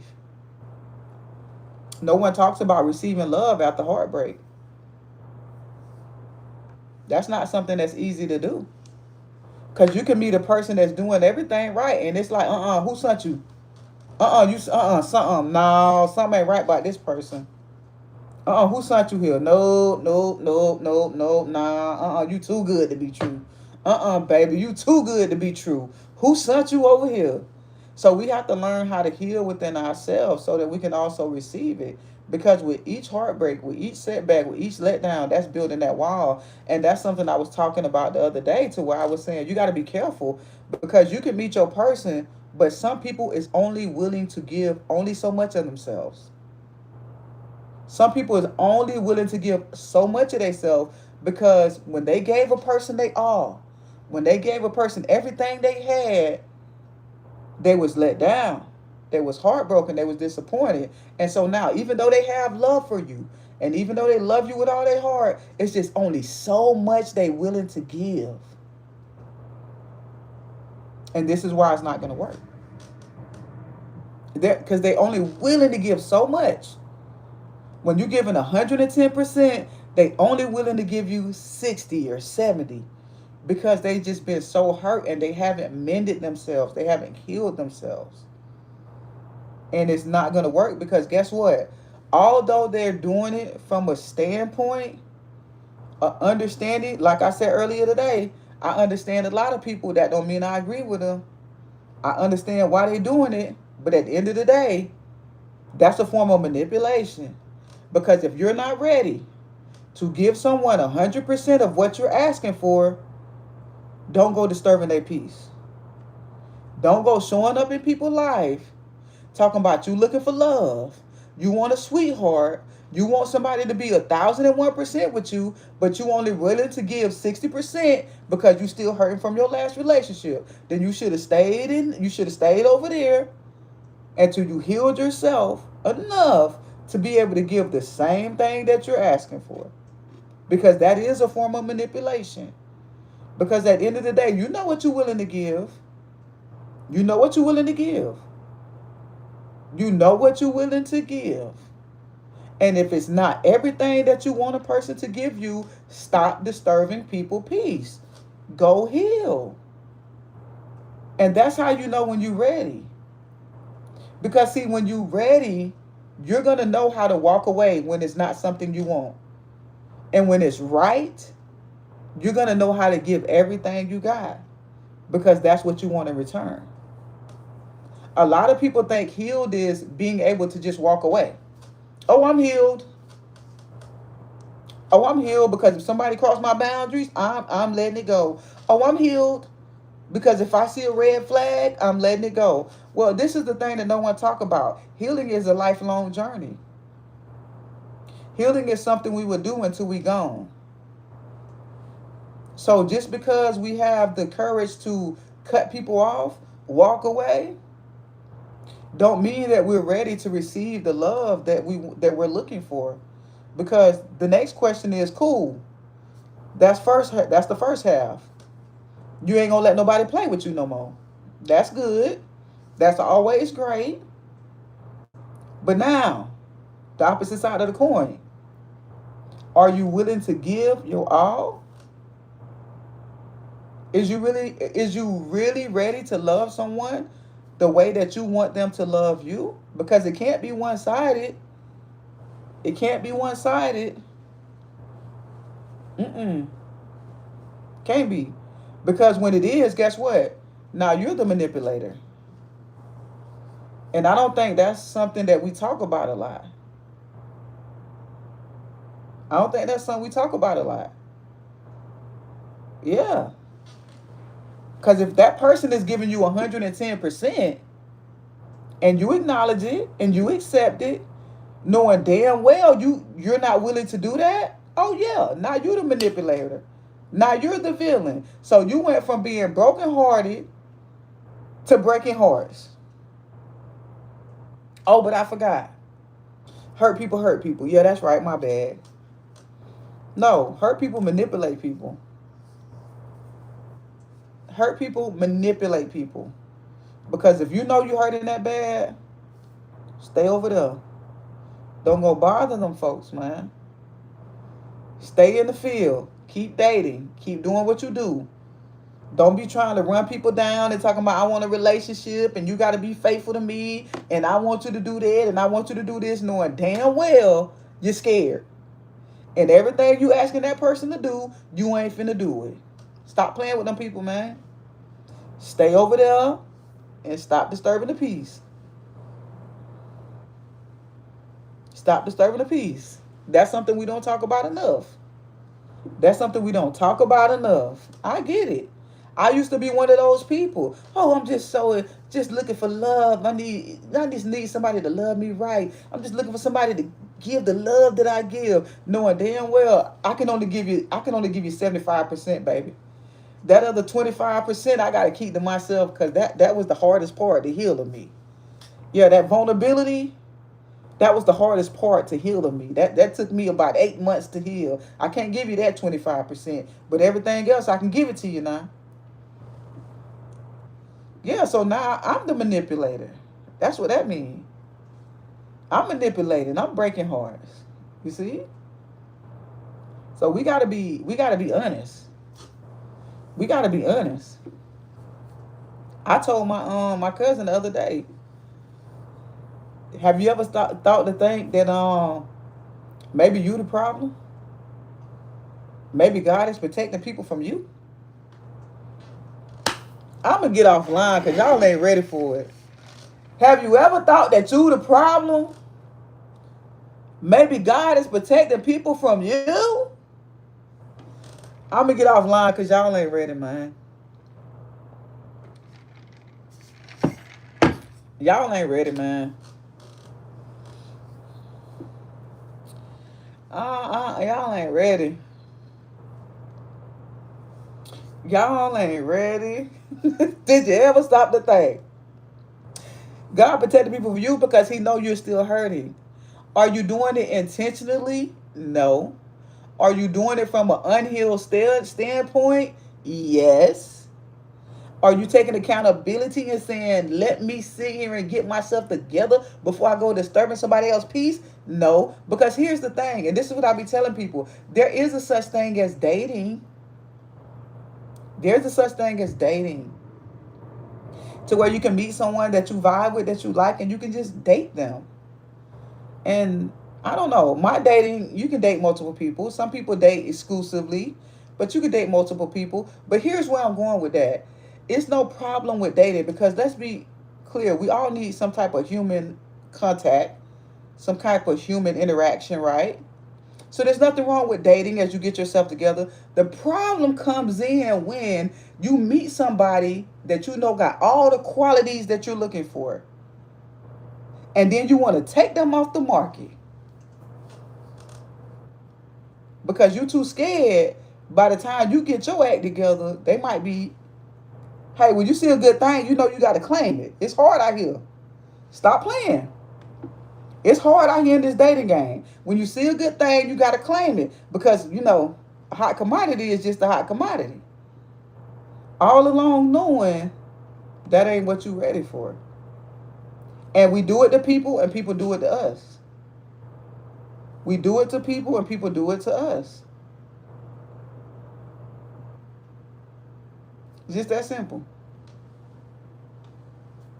You always gonna have a red flag. Nobody is perfect. That's 1,000%. But not being perfect doesn't mean you have to be a liar. Because I think a lot of people get that confused. I'm going to say that one more time so we can really understand that. Not being perfect doesn't mean you're excused to be a liar.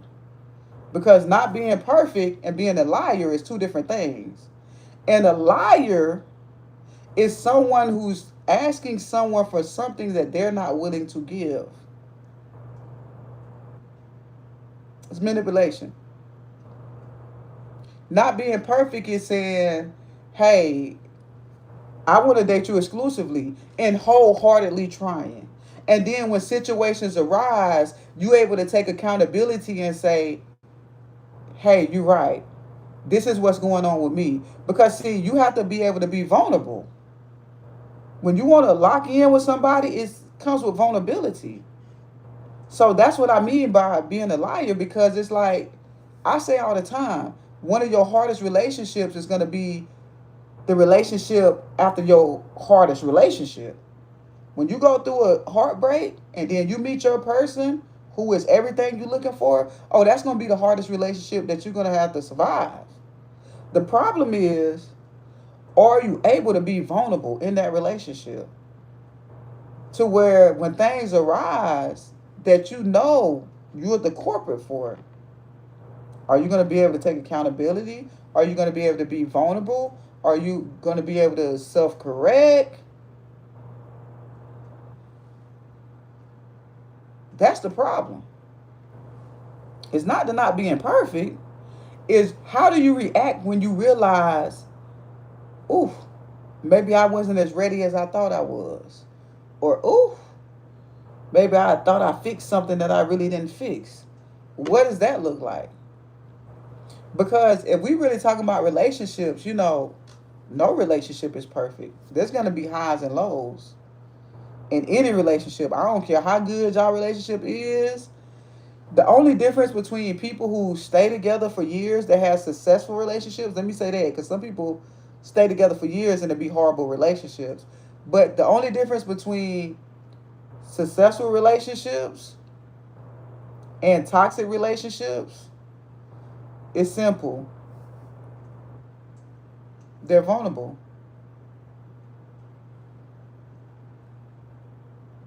You got two people that have self-accountability and able to be vulnerable with each other.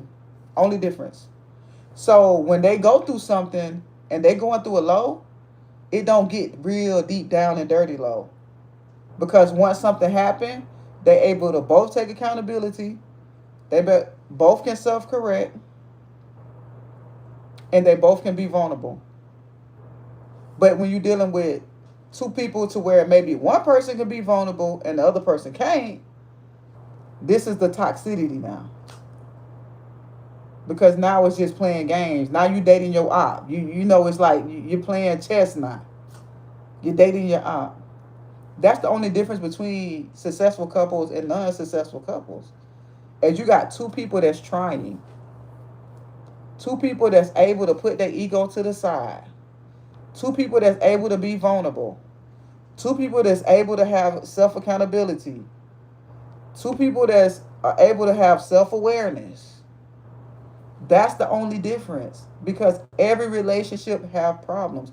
Every relationship has ups and downs. The problem is, what does it look like when it happens? Y'all ever been with somebody and a 5-minute conversation turns into like a 2-week argument? 5-minute conversation. It would have took 5 minutes to have a 5-minute uncomfortable conversation. But because either one person or two persons, the one person or two people couldn't be vulnerable, couldn't have accountability. And now a 5-minute conversation done lasted for 2 weeks. And during those 2 weeks, so much more damage has been caused. Because now instead of having that 5-minute conversation, it turned to 2 weeks. Not only did it turn to 2 weeks, you done went on some dates. You done did this. You done did that. All because you ain't want to have a 5-minute uncomfortable conversation. Yeah. All because Because let's be clear, a lot of people are rather change who they dealing with before they change themselves. I'm finna get offline. It's getting late. I'm finna get offline. It's getting late. A lot of people would rather change who they dealing with before they change themselves. Oh, you ain't like that? Oh, I gotta be vulnerable. Oh, I gotta have some accountability. Don't worry about it. I'm gonna go where it's fresh at. I'm gonna go where the honeymoon stage at. I don't want to. I don't want to do with that. I ain't finna do. I ain't finna deal with that. I'm finna go when I ain't gotta. I ain't gotta do all that. I ain't gotta change nothing about me because the person I'm finna go deal with, they don't know me like that. So the person I'm finna go deal with, they don't know about my flaws yet. They don't. They don't know that I don't have no self accountability. So it's finna be fun if I go over there and deal with them because I haven't caused no damage to them yet. Because a lot of people do it. People will come in your life and they'll cause all this trauma and drama and then tell you you ain't the same person no more. But you ain't the same person no more. You ain't, of course not. Because you done took me through the mud. You done ran me down. Can't be the same person because I can't trust you like I used to trust you. I can't open up to you like I used to open up to you. A lot of people come and cause damage, and then when they're receiving the results of the damage, oh, you different. And so instead of them trying to work on the situation that they created, it's much easier to find someone new, someone who they didn't cause damage to, someone who they didn't put all that on. And so now they go to someone else, and it's the perfect relationship, and it feels new, and it's the honeymoon stages. Because over here, where they cause the damage at, there's work to do. Over here, where it's new at, it's fun. And let's enjoy it. Yeah.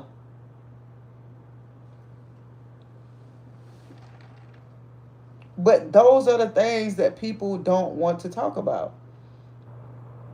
Those are the things that people don't want to talk about.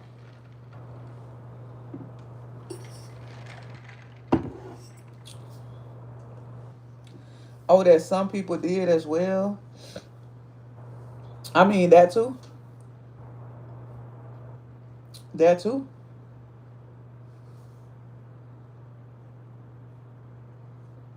Oh, yeah.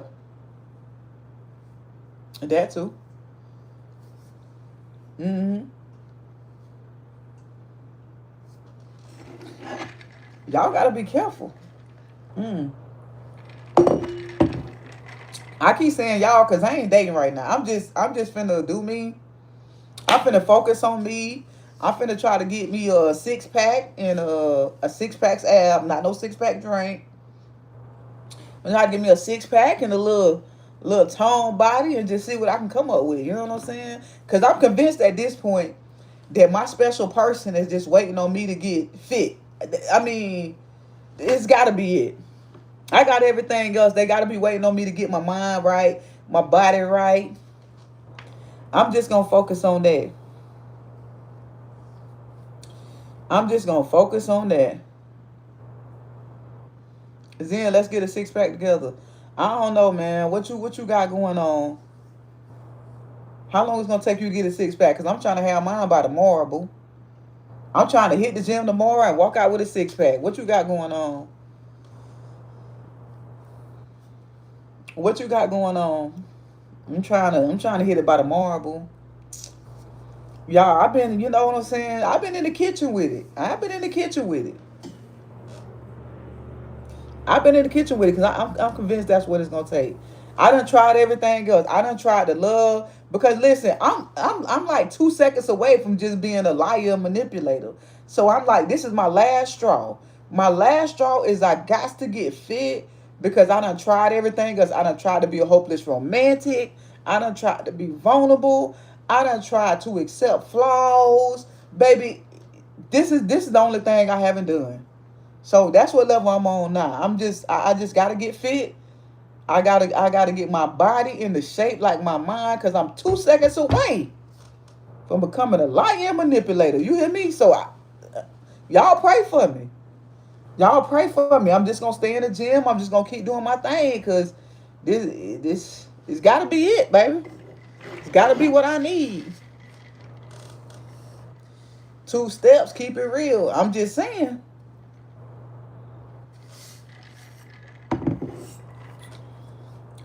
And they still lie. It ain't worth it. You can't eat all that stuff you eat online. Trust me, I know. Who said that, Williams? Trust me, I know. I said the Super Bowl tomorrow, after tomorrow. That's why, y'all, I forgot to copy that link. I forgot to copy that link, y'all. To my new page. Let me see if I can do it. Man. Can I do it? Can I do it? All right, y'all. Follow this page right here, Zinwithin 2. Zinwithin 2. I'm going to start going live on that page. I'm going to start posting videos on that page. Zinwithin 2. If you wasn't able to get the name, just go to my go to the community tab. I did a post and hit the link and follow me.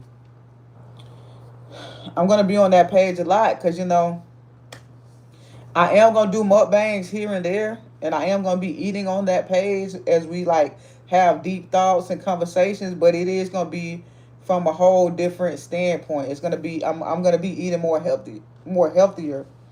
So this is why I'm basically trying to separate my content. So that Zinwithin 2, make sure y'all follow that because that's what we finna go up at. It's the elevation. It's the elevation. So make sure y'all follow that. I said I was going to put the link in here, but I forgot, y'all. I woke up. I was tired. Zinwithin 2. If you don't see that, just go to the community tab. Hit the tab, and you will see it. Zinwithin 2. So I'm going to be eating, but like when we have deep conversations like that, you know, I am going to be eating something, but it's going to be on a different spectrum. I'm just telling y'all because I got to get fit. That's all I got. That's all I could do. I mean, I done did everything else.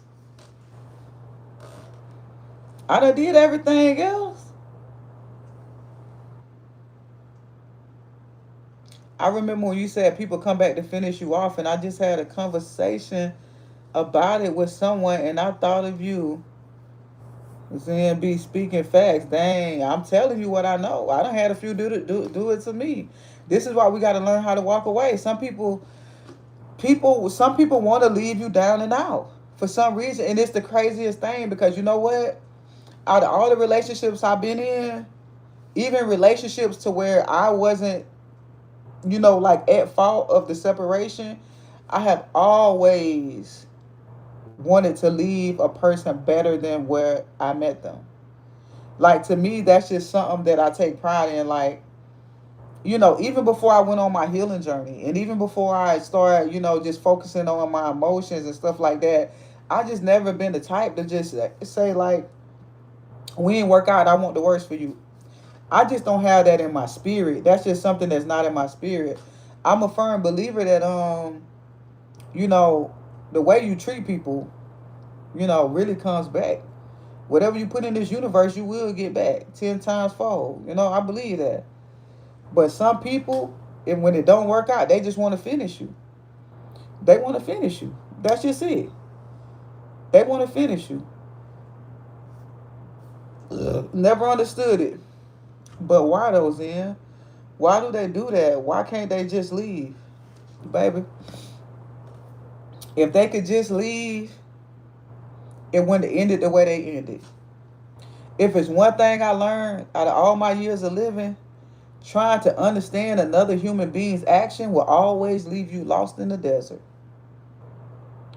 We operate from experiences. And I tell people all the time, this is why it's important to look at the type of experience people had. So just to break it down for you a little more deeper, like how I said earlier, I look at some people like that spiritual warfare. When I say that, you got to understand what spiritual warfare is. Spiritual warfare is coming from a place of trauma, pain, right? And we already know that we live life based on our experiences. The way we react to things, the way we perceive things is all based on past experiences that we had. So when I say it's spiritual warfare, you have to understand that some people have been through some things. And the way that they perceive things to be is totally different, right? And it has no moral compass. Spiritual warfare. Spiritual warfare is when a person reacts a certain way with no moral compass. And which means they have lost the value of seeing you as a human being. They don't see you as a human being. They see this somebody I got to teach a lesson to. And because they got to teach a lesson to you, now your value as a human being is gone. It's just, I got to prove my point.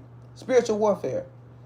Because you have no remorse, you have no moral compass, you have no feeling. You have nothing can make you feel good except destruction. When a person thrives off of destruction, that's spiritual warfare.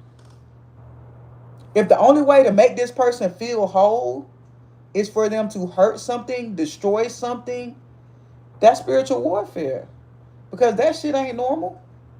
That ain't normal. But see, a lot of things that goes on in society today, I say this all the time, psychopaths. It's a lot of psychopaths walking around on this earth. And I say spiritual warfare because that's what a lot of people can recognize with. Like, okay, spiritual warfare, yeah, psychopaths. Like, if you just look at the behaviors of certain things that people do, it's damn psychopathic behavior. Like, what the hell? But it has become the norm. And we have become numb to it. And we become like, we've seen it so much to where it's normal. And this is conversations that a lot of people don't have. Like, a certain things that people do is damn psychopathic behavior. I'm just being honest. I'm just being honest. And this is why I kept saying I'm gonna do a series on dark psychology.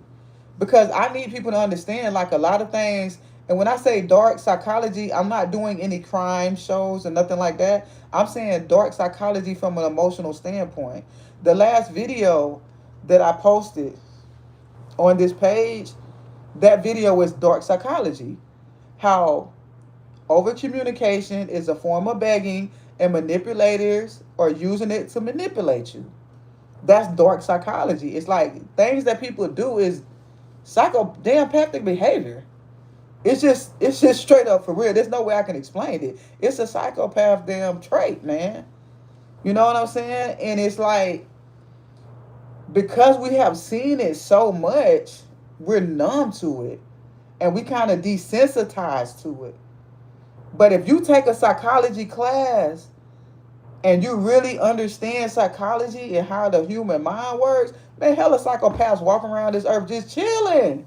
Just chilling. Like, you know you a psychopath, right? You do know you a damn psychopath. Cause what?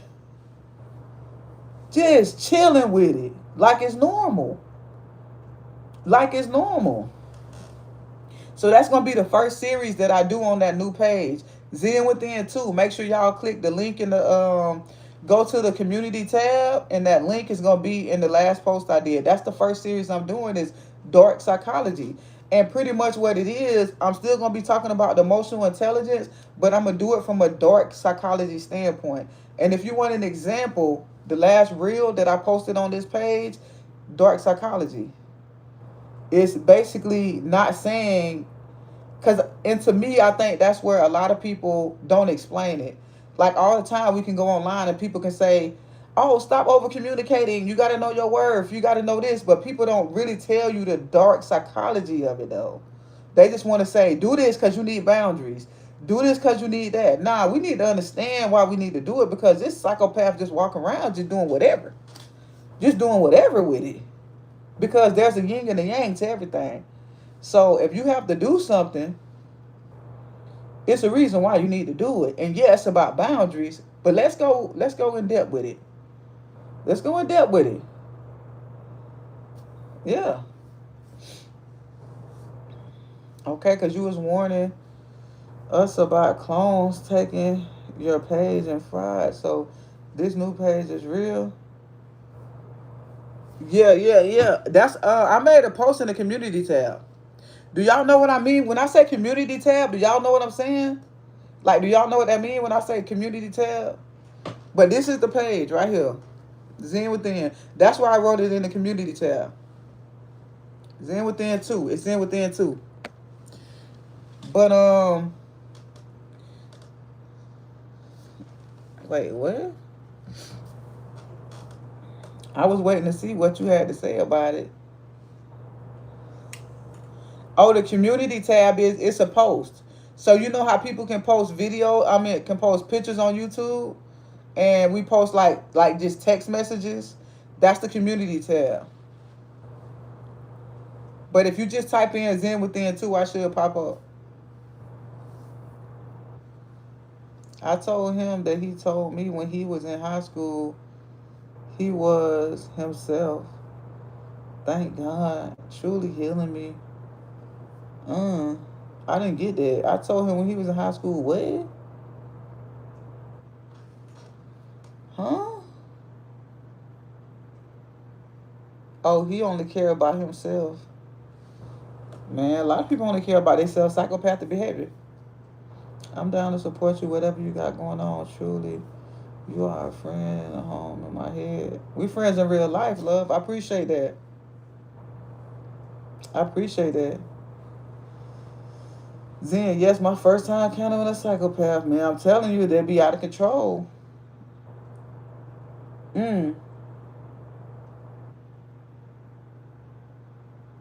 Zen, what advice you would give someone who's trying to start a YouTube channel? Be yourself. Authentic. Be authentic as possible. Be yourself. Right now, this is the era, and I was talking to somebody about this the other day. Right now is the time that anybody can start a YouTube or any kind of social media and be successful. And I'm gonna tell you why. Because we're approaching the era of AI. Do y'all realize how many AI videos are online? So right now, what's happening is there's a split. You know, if you stroll, I don't stroll a lot online because I try to make content so I don't stroll. But when I do stroll, oh, there's a lot of AI content out there. And some of the content that you watch is AI and you probably don't even realize it. You know, I kind of see it because I try to learn AI. Like I've been trying to read it on it and trying to learn how to work it. But right now, what's going to happen is it's going to be a point to where authentic content is going to be in demand because AI is taking over so much. You got to understand how much AI have advanced in the last few years. Like right now, I can get on my computer and I can put a picture of myself and this program can pretty much create me. And the way I'm sitting here talking right now, like it can create a video. It can create me doing anything.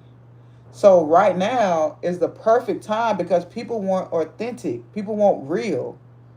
People don't want the cookie cutter. No longer are the days. So let me go in deeper with that. What I mean by people want real, think about it.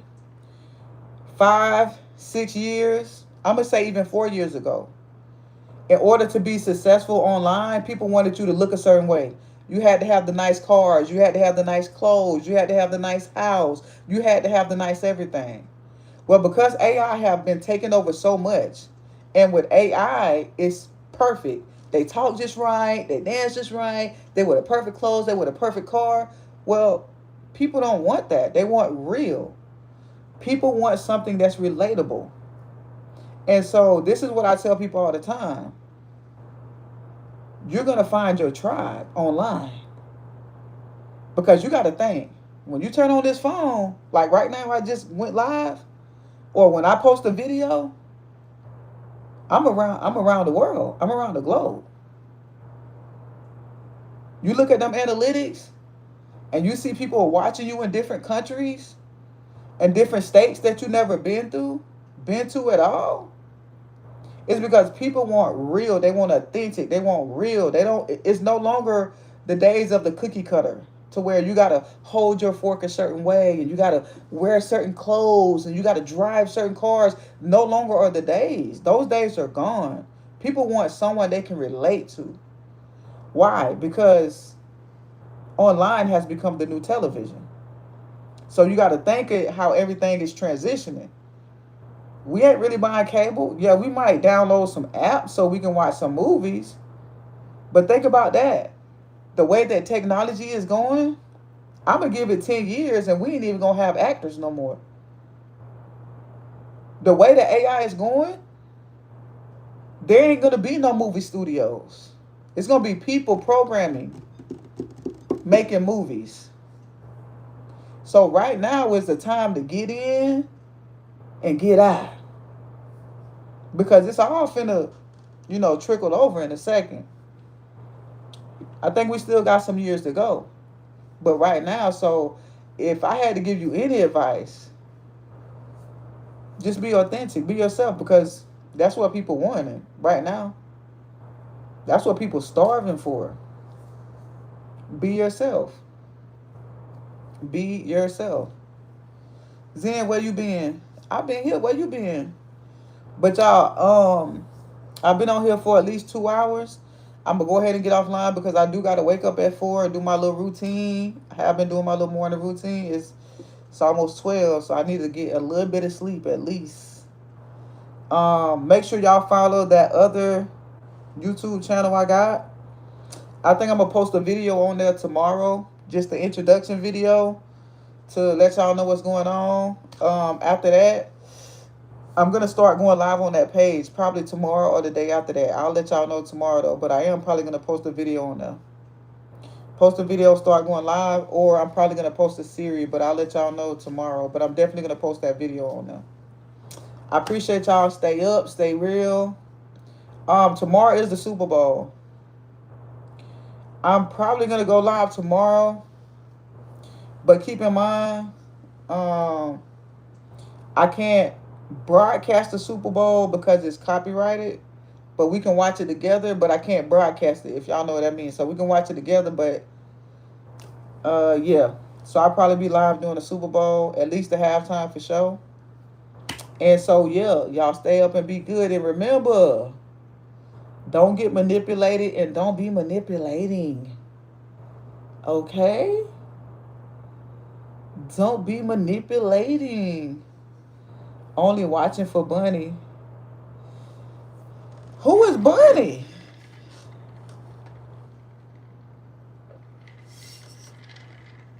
Who is Bunny?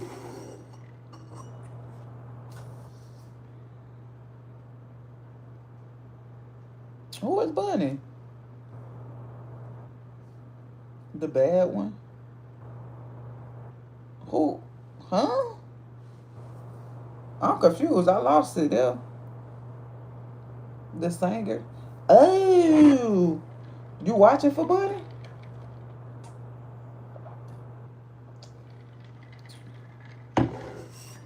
You cooking for the Super Bowl? What you cooking? What you cooking? What I'm cooking, to be honest, I don't even know. I forgot tomorrow was the Super Bowl. When I went to HEB to buy the stuff for these shrimp tacos, they had signs saying like they had Super Bowl snacks and stuff, and I'm like, oh, the Super Bowl tomorrow. I didn't even listen. That's how I've been in the Twilight Zone. I ain't even realized tomorrow was the Super Bowl. I really didn't. I really didn't. But I'm gonna come on here tomorrow. I don't know what I'm gonna eat, but it's gonna be something. Um, I really don't know, but it's gonna be something. But y'all, it's been real. It's been fun. But I got to run.